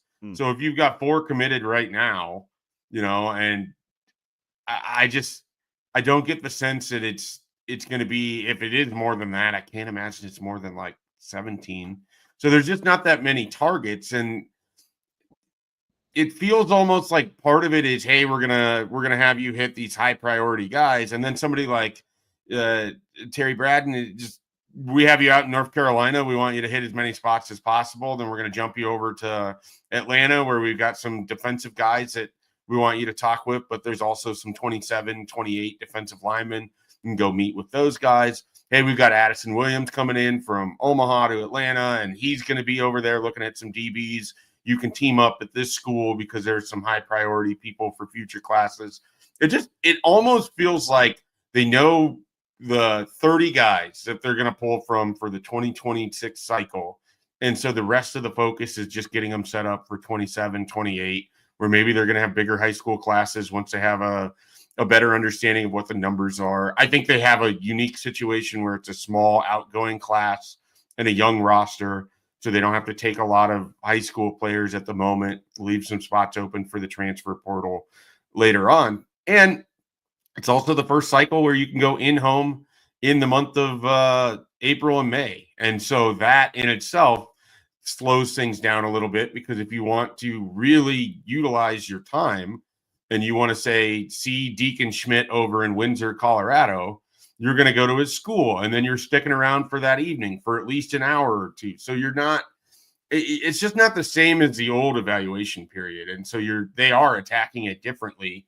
And it does feel like they've got, like I said, the 30, 35 names, and you're hoping to land 15 of those. So I just think it's condensed down to the point where they don't have to cast a wide net. You're not seeing them pop up at random schools locally because they don't have to necessarily do that, or their focus is somewhere else. It doesn't mean that they haven't been through Omaha, because they went in home with Darian Jones, and I'm pretty sure someone stopped by to see Jace Reynolds as well. And so they've been around in the Metro, but it's just not as visible as it's been maybe in the past here locally. Dave, so I'm fascinated by the philosophy of this, because we've kind of vacillated as both a fan base and I think as a program to a certain degree on what recruiting philosophy was most important. Because, you look back to the really successful years, 90s and early 2000s, you go, okay, that's a lot of national recruiting going on, even though people like to point to the local kids, which fair enough, but a lot of national recruiting going on. And then it was all about locking down the 500-mile radius. And then I look at some other programs that I think are interesting, whether it's Stanford or Notre Dame or Michigan to a certain degree, that really do have to recruit nationally for whatever reasons. Do you think this is an approach that Nebraska might take moving forward? Or do you think it's specific to the size of the 2026 class? I think I need to see where the data goes in future years. I just think this is a really unique recruiting cycle, because Matt Rule has said in the past he doesn't want to have to tell people something different later on. So I think they're being very judicious about how they're attacking the 2026 cycle while they're waiting for rules to kind of be put in place for what the roster looks like, or what you can do in terms of NIL, and what money they're going to have that they can promise recruits or what have you. So I just think this is a unique and different cycle. And so because of that, it just hard to know that anything happening this year is what it's going to look like in the future. It does feel that they have the kind of the general concept of hit really hard the best players in the states that surround Nebraska, hit hard the best player in Nebraska, or the best players in Nebraska. And then we really want to be in Florida. We really want to be in Atlanta. We want to be back down in Texas. They have those certain spots. I think Phoenix has become an area where they're back into that. Maybe they haven't been as much recently. You got the Van Bosch. That seems about as west as they want to go, pretty much. Yeah, they don't really spend a lot of time in California, though they're going to have a few guys that are going to take official visits from the state there, but they don't. You look at the staff, it's not like they have a ton of connection out there. I mean, Tony White was as connected as a coach as you could have out in California, and they didn't pull much from that. And so I just don't get the sense they want to use their time out there. I mean, they're more likely to spend time in Idaho these last three cycles than they have been in LA, which is wild. But it's just they're going where they see certain talent and where they feel connected. That's pretty funny, but it's not, because I 100% agree with you, because that's you got a nice old line target you want. I think there's certain connections out there that resides there. Yeah. Yeah, I mean they weird have, to say out loud, but that's probably pretty factual. Yeah, well, they're going to go after the players that they have the relationships with. Kelvin Obed is someone that they've had in several times now. I think they're still chasing, a couple different schools maybe there at this point, but they're certainly in the mix for that. And I think they want to land an impact tackle really bad in this class. Obviously, Jackson Cantwell announces today. Nebraska fell out of that one early in 2025. But they, I think, would love to land a couple tackles in this cycle, and I think they would really love for it to be Kelvin Obit to be the top guy that they're able to pull out of that group. I think it's going to be hard, though. We're talking with Mike Schaefer, Husker 24/7. Schaefer, as you go through the 2027, and you mentioned how they're starting to kind of lay the groundwork, or not starting, but continuing to lay the groundwork there. Has there been any interesting moves, offers, visits that have piqued your interest at all, or names that you're keeping a particular eye on? The thing they keep doing, regardless of what class it is they're getting offers out to the players they perceive to be the best linemen in the country, and they're getting those guys to visit. I mean, we had an update on our board from one of our guys that's down in Texas who saw Kennedy Brown, who's a lineman in Houston. He's going to be a 5-star in the 2027 class. And when he was talking with Kennedy Brown, the school he kept talking about was Nebraska, and how much of a relationship he's built with a Jamar Mosey and things of that nature. And so they continue to tell you that they're all about the trenches and then show you that they're all about the trenches with how they've gone about recruiting offensive line. I think they have been as aggressive as possible. Jake Hildebrand, another guy, I think it's Mark Meadows down in Florida. I mean, there's just a lot of linemen from the 2027 group that are going to be in the top 247 recruits in the country that Nebraska's already had on campus. They have the number one tight end on campus. They have, obviously Trey Taylor has committed. They've had high quality running backs for 27 on campus. They've done a nice job working out early. It's just going to be, can they build off of success in the 2025 season? Can they build off of successful relationships like Jamar Mosey being even more into the recruiting picture, or a guy like Terry Braden building off of a good, first year with his defensive line, and now he's able to get out there and make these connections. I think he's a high energy guy, and so he's been really well received. Whether talking to a guy out in North Carolina last week, Rashad Streets, he absolutely loved what Terry Braden had to say. So there's just a lot that they are able to do moving forward. And it all kind of works off of the idea that if they have a nice season in 2025, they could be really set up for a nice high school call in 2027. So I think they're putting their chips with the idea of, hey, 2026, we're not going to be able to make up a ton of ground on guys that we haven't already built relationships with, but we can get a great start on 27. And if we play well, we could have a really nice thing going here. So Mike J., let me ask you something. If this thing is going to go right in 2025, because I'm with you, and I've long said if these guys win in 2025, I think they could potentially blow the doors off this thing, because they already have the mindset of an elite top 20 program, right? They very secure in who they are and what they're doing, even though the wins haven't been produced. So I like that part of it. And if they win, it's really, really dangerous, because I think the sky will be the limit because they're set up for it.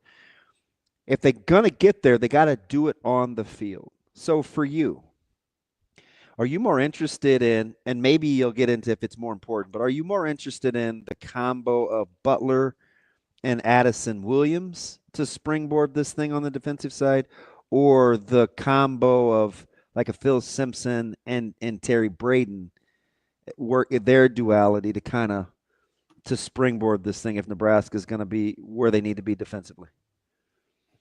It's tough because it all has to work in conjunction, right? Like you want to isolate any one position group on defense, and it ignores how it affects everyone else on the defense, or how that group affects the play of what's in front of them. If you have great coverage, you're going to get more sacks. If you have great pressure, you're going to get more interceptions. Like, that's the theory, right? So they have to complement each other. I think with how the team is built, I think it would be if Nebraska just jumps off of the page of guys that are able to rush the quarterback or can win up front. If Terry Braden and Phil Simpson are able to set the edge, and not themselves personally, but if their players are, and they're able to kind of build that out right away, I think that's the best version that Nebraska's defense could have. I think if it's the other way around where you're playing more through your back end, you're a little more susceptible to teams that can probably run the football on you a little bit, and then that becomes a tougher game flow and all of that.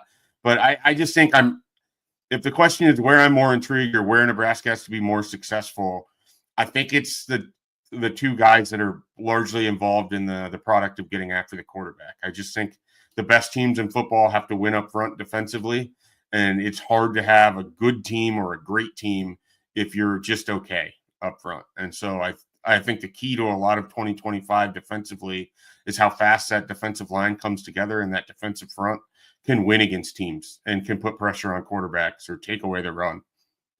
Jay, so we had this conversation with Sam yesterday, and obviously I've been high on the defensive line group and what they can be. That was interesting. And his concern was, okay, maybe they're more disruptive, more explosive, creating more splash plays, but he was worried that there might be some teams that could sort of beat them up and run it down their throats.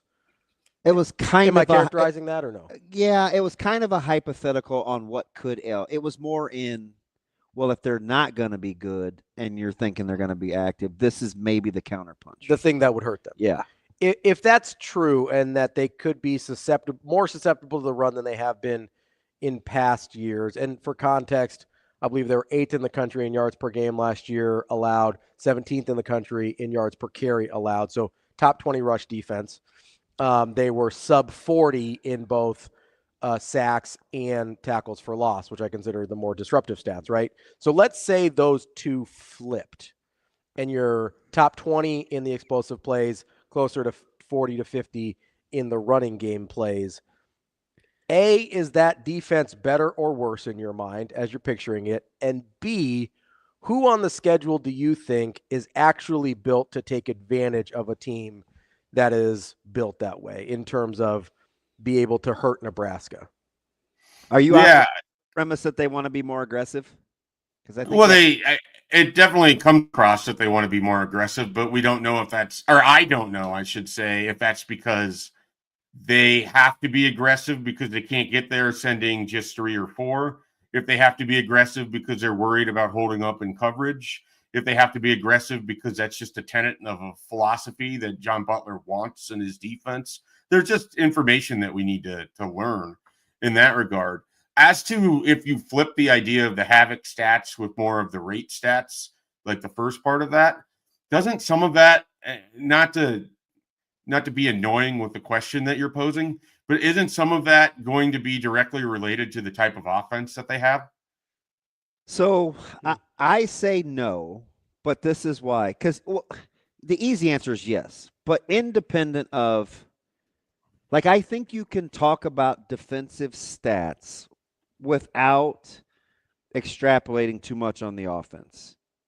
Like I think he's talking about, correct me if I'm wrong, the way it looks. Sure. Right, where I think it's, maybe you don't want to put Ty and Nash on the move as much because they're really good at the point of attack. But since we want to be more multiple and we're a little lighter, quicker, maybe we'll do this, right? So, or I don't know, twist or stunt.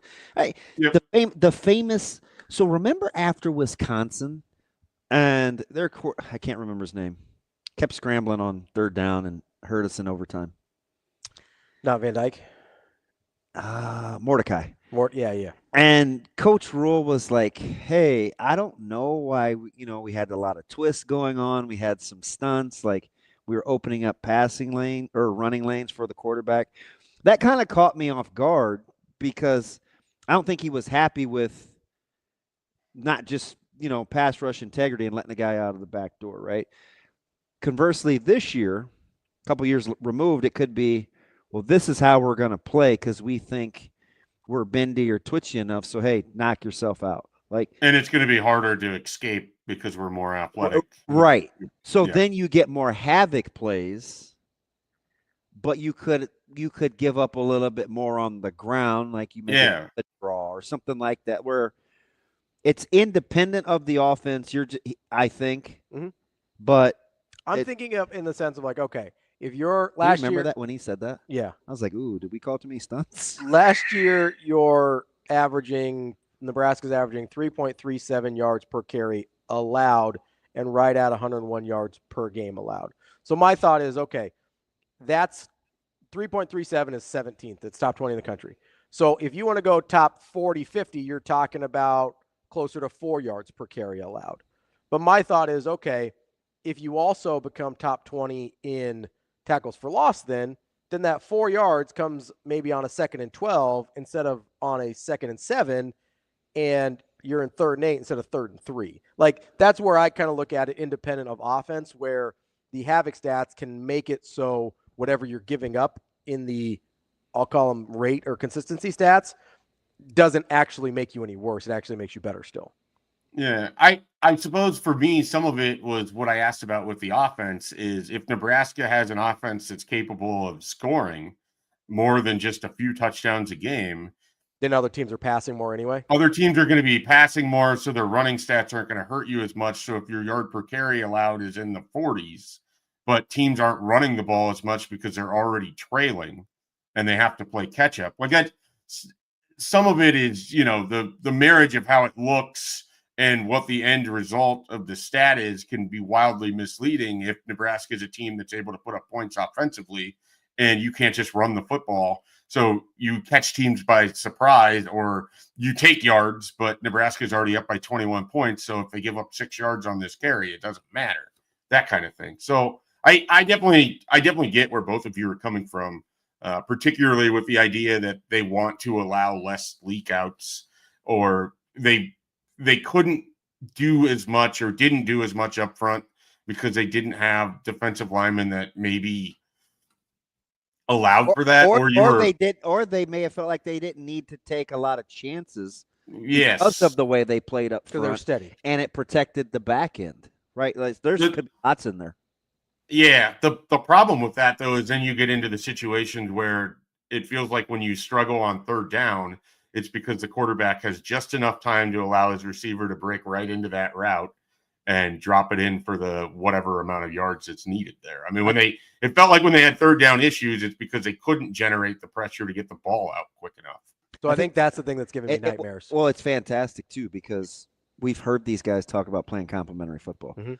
And to keep myself safe, so I don't have to put myself out on a limb, I'll say things like, oh, well, they'll just average between, let's just say they get 74 snaps a game. Mm-hmm. I don't really get into like the points or whether they're behind, but it is ultimately going to matter, because the thing that we're not missing, and which is why I have him up here today, is if your special teams is even remotely steady, just average, it allows you to play so free on both sides of the ball. If your special teams can just graduate from kicking game to special teams, like you can play completely different, because you're not always hedging for impending doom. Right. Like both sides of the ball. You're not assuming negative outcome. Like both sides of the ball, we're sort of always hedging for impending doom. Yeah. Yeah, I mean, that's definitely a slogan that you can use for Nebraska football to describe the last decade. Hedging for impending doom. I think it's also a metal band name. I think it's a preview show for the upcoming season. You could just have an episode every Friday called Hedging for Impending Doom. And you talk about what's going to go wrong every Saturday for Nebraska. It'd probably be your most listened to show, if I'm being honest. We'll be locked in on it. We might have to name that your segment after the negative Nelly we were last week. It wasn't even that negative. I mean, compared to my sunshine pumping you were, but that's okay. Oh. Look, I was handing Kool-Aid out by the barrel full last year, so I'm still just licking my wounds a little bit. So the antithesis, he went from running through walls and to parts. I'm just saying we got to be careful out there. No Kool-Aid for you. You can get too much of something and it doesn't go well, then here you are. Again, if you allow yourself, and I get it, it hasn't been just this brief stint with this staff. It's kind of been a thing where if you just get special teams for once, just for one season, and it graduates from kicking game,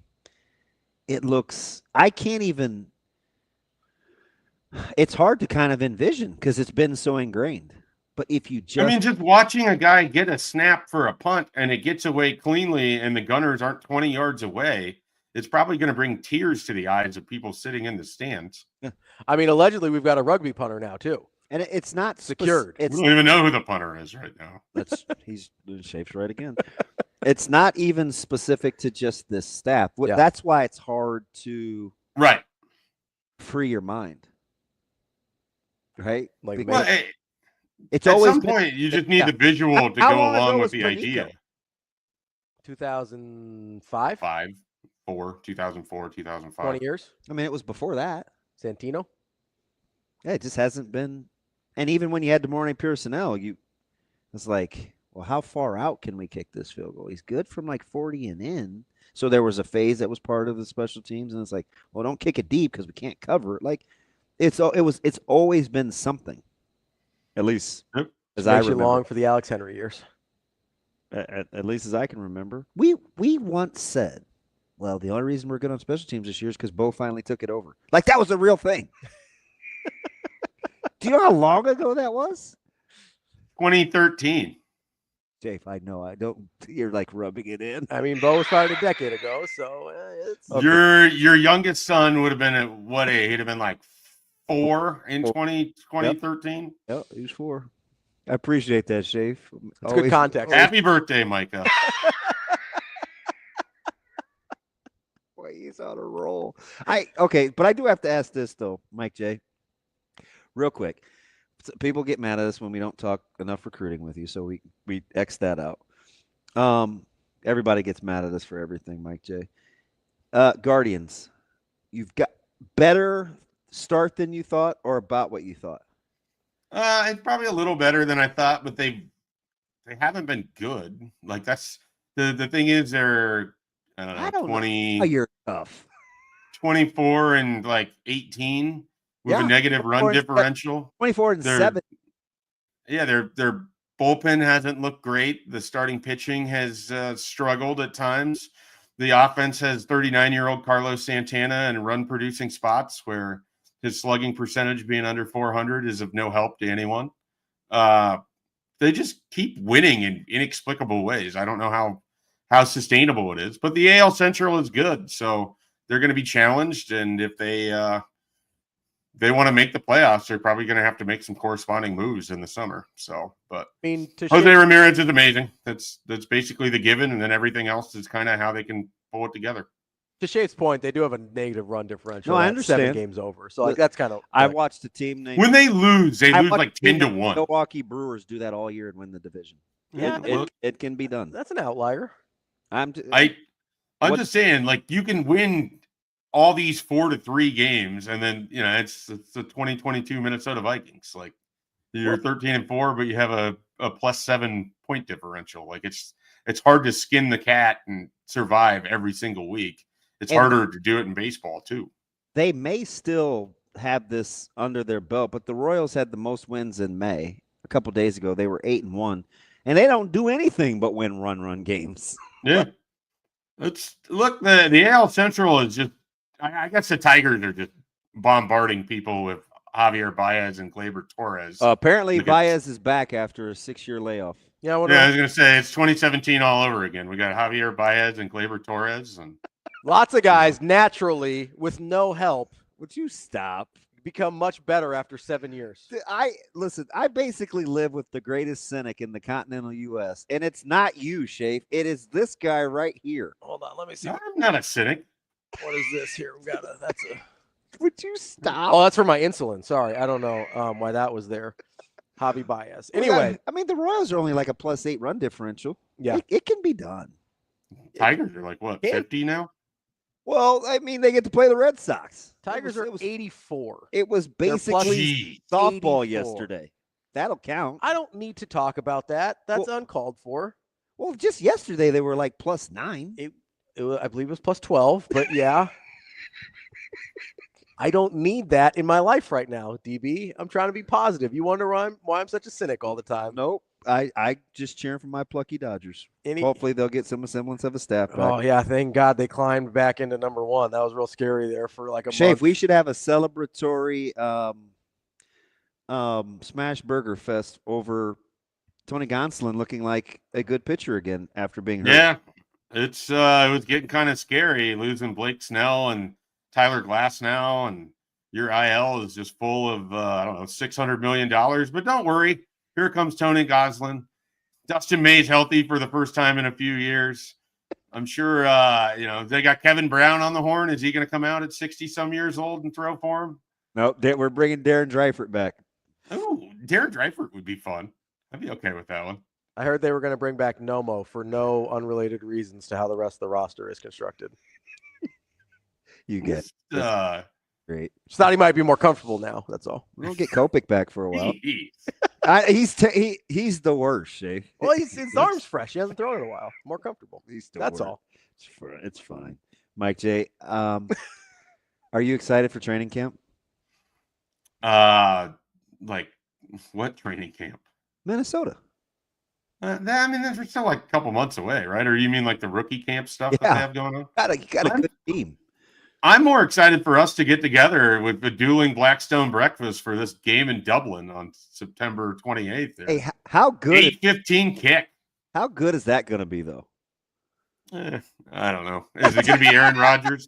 It's going to be Aaron Rodgers and the Vikings in international territory for the second straight year.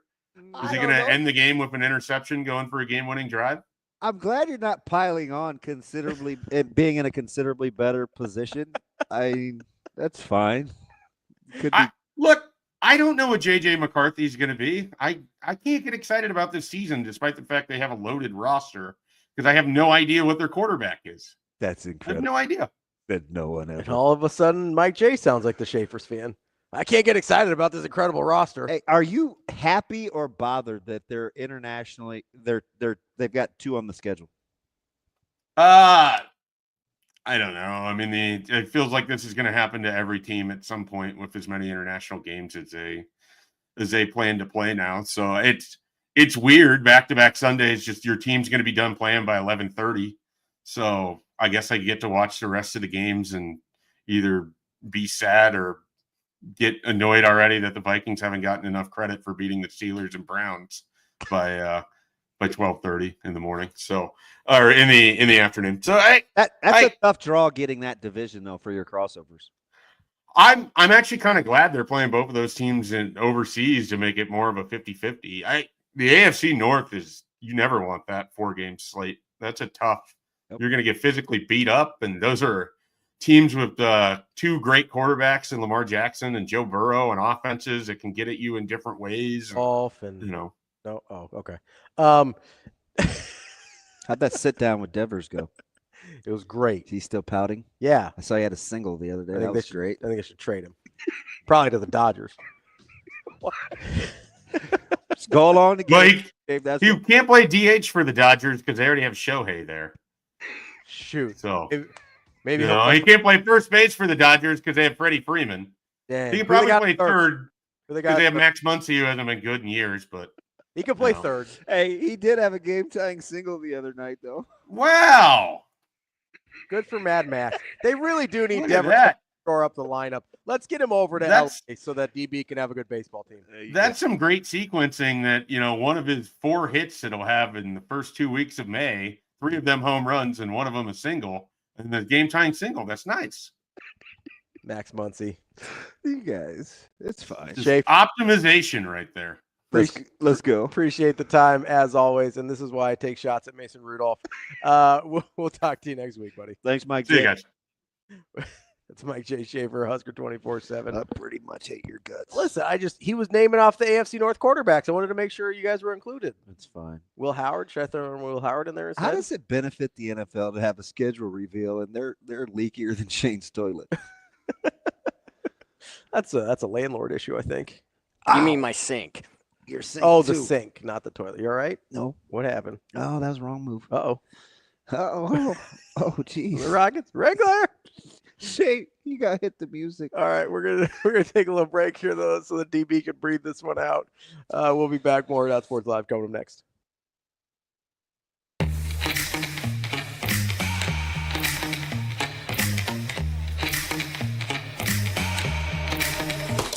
me that cheddar, Nick and Rico. Big money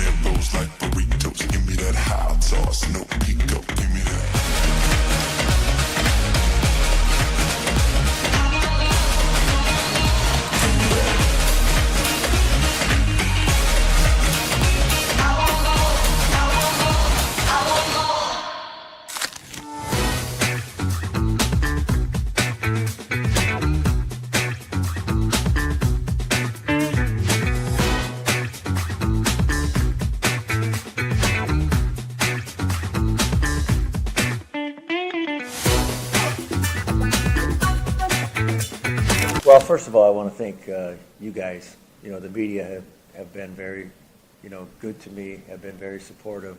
So I appreciate all that you guys have done. It was a very interesting weekend, a big series against Xavier. I was very concerned that the players would get distracted with all the things that were going on, so I was very pleased with how they performed.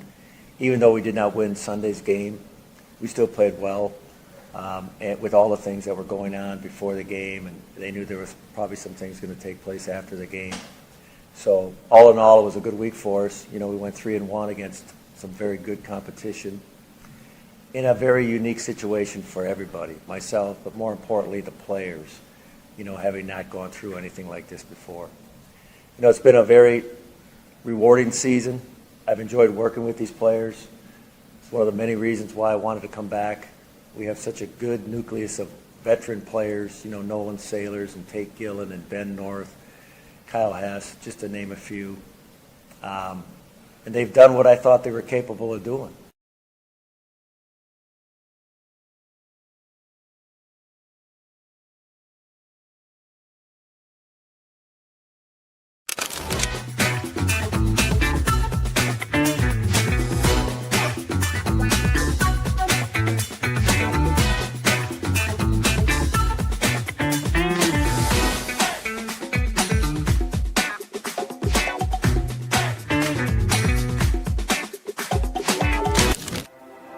At Centris Federal Credit Union, we have the tools and resources to help our members fulfill their financial goals. With a focus on building a stronger community for the next generation of leaders.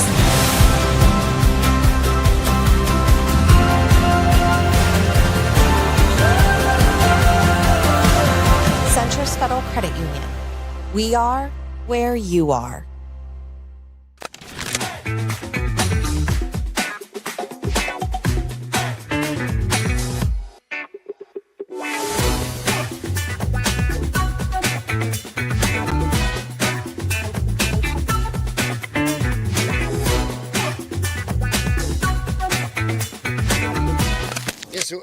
We're really focused on that, and these it's like, for me, it's having like 22 sons in the summer, and I love these kids and men, and we do a couple things. One of the things is we try to have as many of them possible live under the same roof to create that bond. And when players are scattered all over the city and they see each other in the locker room and they see each other at a game, it's not that same bond. So they'll go to camp. Plug for camp, great bar, and it's like a fraternity a little bit. We make sure as many meals as possible together. We also want to give them the best nutrition possible, and things that maybe they don't know about, that they don't have a personal trainer for to pay attention to. So for me, and I tell them this at the beginning of every season, I want to raise great human beings. I want them to be a better person that they were before, that they are after. And I want them to go as far as they can in their career.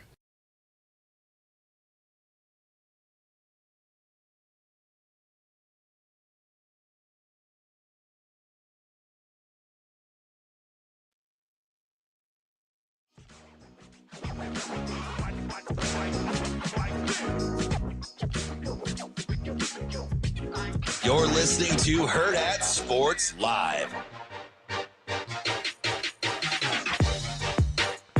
We're back here on Hurrdat Sports Live. That's CBM Ravi Lulla, presented by Centris Federal Credit Union here at Hurrdat Sports Bar and Grill. Good stuff there with Schaefer, as always. The chat was pretty mad when we veered away from the Bill Belichick stuff. They were pretty in on the... Dude, our chat is off the chain. I have one of my buddies. He's like, hey, if I'm doing too much in there, just let me know. And I'm like, are you nuts? That thing is grade A certifiable. Dude, you're good. The chat's the best.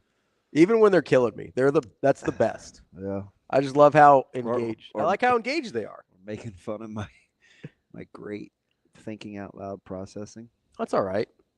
I know it comes across as dumb. It's fine. No, it's because it happens in real time. Yeah, I'm trying to arrive, I'm trying to arrive at a solution. Here's me being kind to you. It happens. I'm going to give you the benefit of the doubt here. Here we go. So sometimes when you're on air, you don't want to have silence, right? So you'll talk out the thing you're thinking through when normally you would just take a beat, figure it out in your head, and then say it. Right. So sometimes you gotta. That's not what happens, but I'm going with that from here on out. Oh, that's what I assumed it was. Like when you. Oh, really? Yeah, I assumed that you were kind of talking it so you didn't have dead air. No, because there is kind of an awkwardness. Like if you're thinking about something, I don't know how long it's going to take, so I don't want to talk. Do you know how many things you've said that I have gone radio silent? At least 30. I am not afraid of radio silence. It's internet silence now. At least 30. Yeah, sometimes you just stare at me. Furs will get 3 in one segment. Well, I won't say anything. It's different when you're using silence to effect, though, versus it's just silence because you're thinking.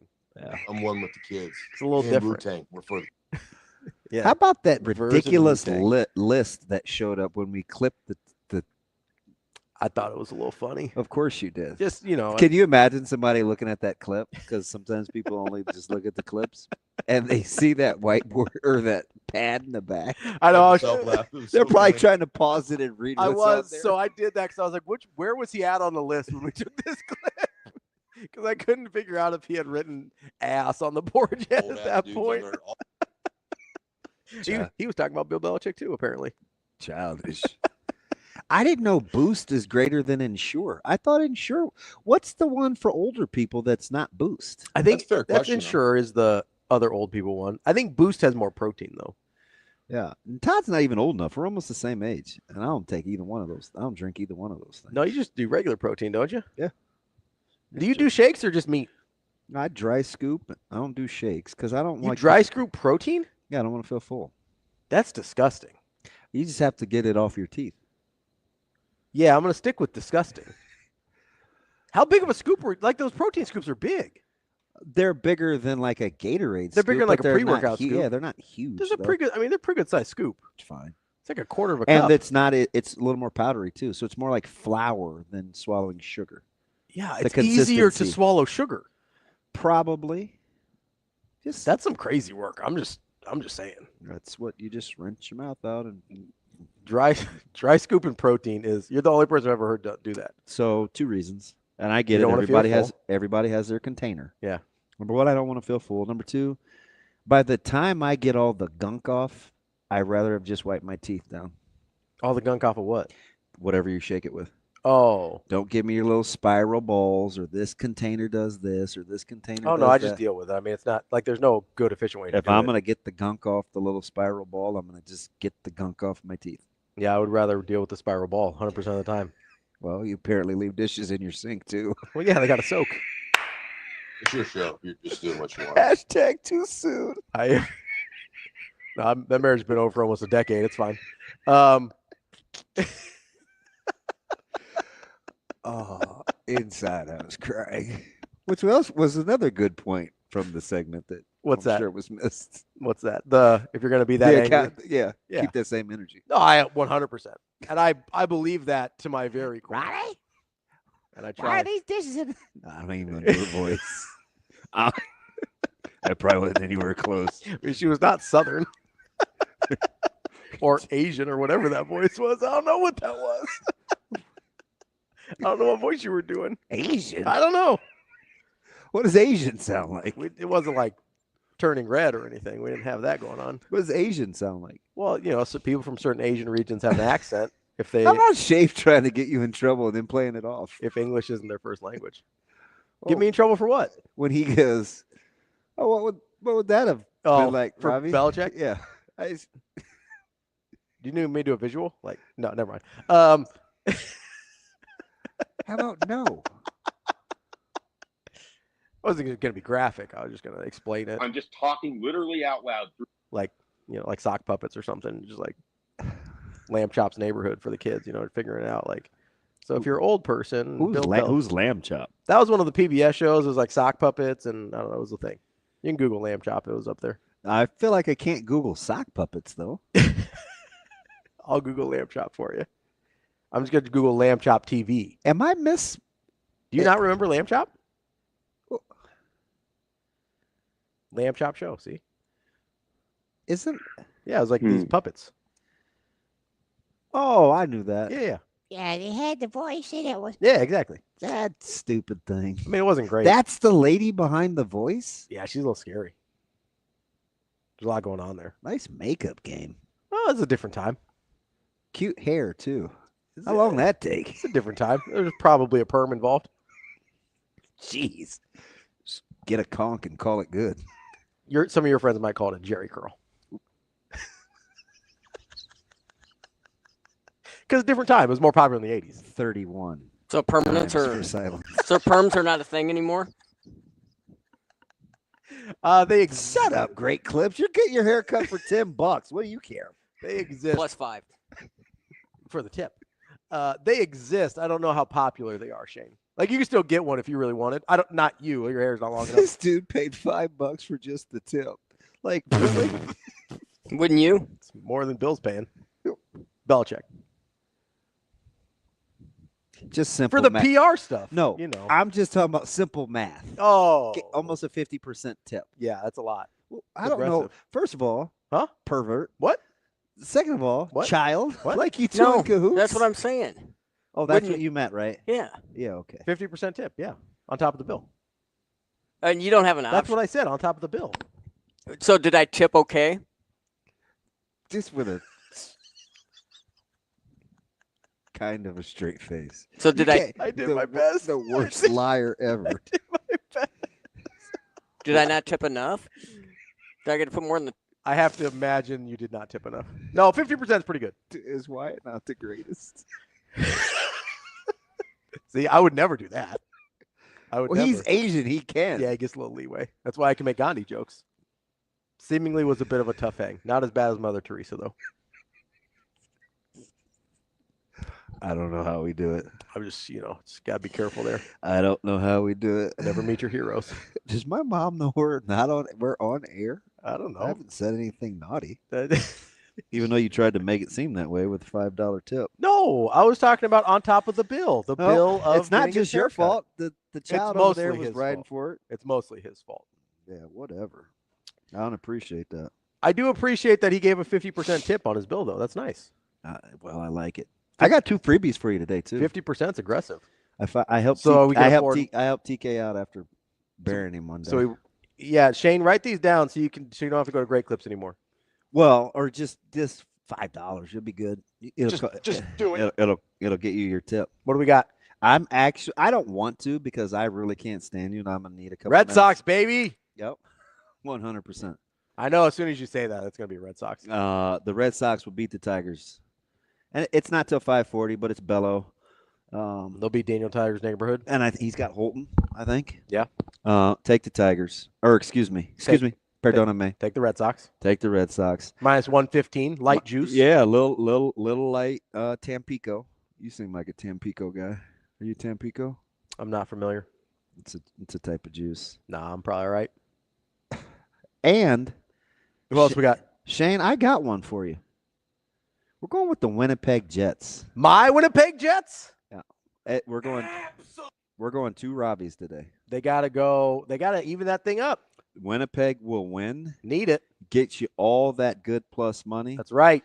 And then lay a little bit of the Juicy Lucy with your Boston Red Sox. So it's a Ravi day. Plus 120 for the Winnipeg Jets to even the series up at 2 apiece. I do not need to see this happening loitering early.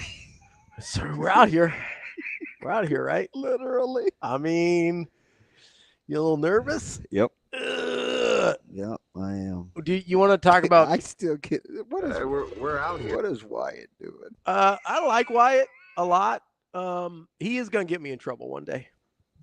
Yeah, because you're gonna say what he's. I'm gonna repeat something out loud that Wyatt said, and it's gonna get you. And I'm gonna get in a little trouble. Although technically, I am also Asian. Technically. Well, I made the similar reference, and you told me, yeah. It ain't the same continent, pretty far away. It is the same continent, but there's a little different, I mean, oh God. Sorry, we got more stuff outside the window. It's distracting. Gives me anxiety. I mean, we had the geese the one day. We had a turkey. The turkey was wild. That thing just trotting along. It was nosy. Yeah, he's like, hey, what's going on in here? I had a duck in my neighborhood the other day. Oh, really? Just what's the closest body of water to you? Well, we've got the preserve over in. Like there's a little lake kind of in the neighborhood. A preserve? Is that what Reserve. it's A called? reserve. I think you said preserve. Yeah, like jams and jellies. Big grape jelly guy. Of course. Did they actually put preserves still in those? That's reserves or preserves? Preserves. They're not in the lake, no. He might be talking about preservatives. Yeah, like in the jam and the jelly. Well, you can get either. You can get kind of the old schools, like Smuckers, where you got the preservatives and the chemicals, all that good stuff, in the squeezy bottle, and then you kind of got your like organics, whole food stuff, where you're not gonna have a lot of preservatives there. But I don't like that as much. I'll be honest. I like my grape jelly to taste like chemicals, like Concord. Yeah. Don't matter to me. Yeah, give me that Concord grape jelly. We're gonna talk about him tomorrow. He's off to a good start. Again, kind of like Austin, I am now cheering for Shedeur Sanders. I weirdly am too. I get backed into these corners with people I don't even like, and now I'm like, now I sort of have to root for you. Like I was rooting for Cal in March Madness, just to kind of stick it to Kentucky, and all these people are like, Cal can't coach, blah blah blah. They started off 0-6 in the SEC, and then I was like, oh well, the SEC is apparently the greatest basketball conference of all time. That's what I was told. That's what I was told. Hey, Husker Dominator makes a good point, and Who's I'm with deleting him too. what? He does make a good point because it does get kind of crazy. He just wants you to stop deleting the messages when the show ends. So I don't think they do. Well, when we log off, I think it stays with the feed though, or stays with the live show. Are you sure? 'Cause I'm not I don't sure. Think, I don't. I'm not think, sure. I don't think so. Yeah, Shane. Because here's the cool thing, Shane. When you have that little thing sticking out of your ear, you can talk into it, and we can actually hear you. You can't just yell at us. Well, if you quit, we're still on the if you air. quit Shane. deleting the comments, I'd be able to talk to you. Yeah, That's not how microphones work, Shane. Are you sure? Yeah, Do they still put preserves in them? Preservatives. He said preserve, but it's reserves. But hey, you guys just knock yourself out by butchering what we're really talking about. Hey, Justin says it definitely stays on the feed. I'm talking about jelly. Isn't it funny how here's everybody rides with Justin, and he's the most. He was like the most. He's we my weren't guy. Sure on him early. Yeah, I like Justin. And now he's like his like word is bond. Switzerland. Yeah. His word is like once Justin says it, so let it be written, so let it be done. And I remember I said, I'm kind of riding with JR, even though I know he gets a little squirrely, but I kind of like that dude. And now too many people are like him, so you're gonna be out next week. Nah, he's one of the OGs. I'm staying with JR. So I think what happened, just we'll wrap up here, Husker Dominator. So what used to happen is we would repost the show after outside the live feed, and that didn't include the comments. Now we're just leaving the live feeds up, so the comments should be in there moving forward. Got you, Husker Does Dominator. that make sense? Oh. I just booted Well, there you myself. go. I just booted myself. Justin the moderator. Exactly. He's JR. My word is my bond. All right, and we're in on Husker. He's like Ramses the second. So let it be written, so let it be done. Charlton Heston, not Clint Eastwood. I understand. Okay. And do you know what he wrote that See, I on? confuse white people too. Do you know what he wrote that on? What? Onyx. Which coincidentally is a black tablet. They were in Africa, and a lot of those people were pretty pasty. I don't know. Kind of weird to have a bunch of white guys playing Egyptians. What are we going to do? That's Onyx is a black tablet? No, it's a car dealership.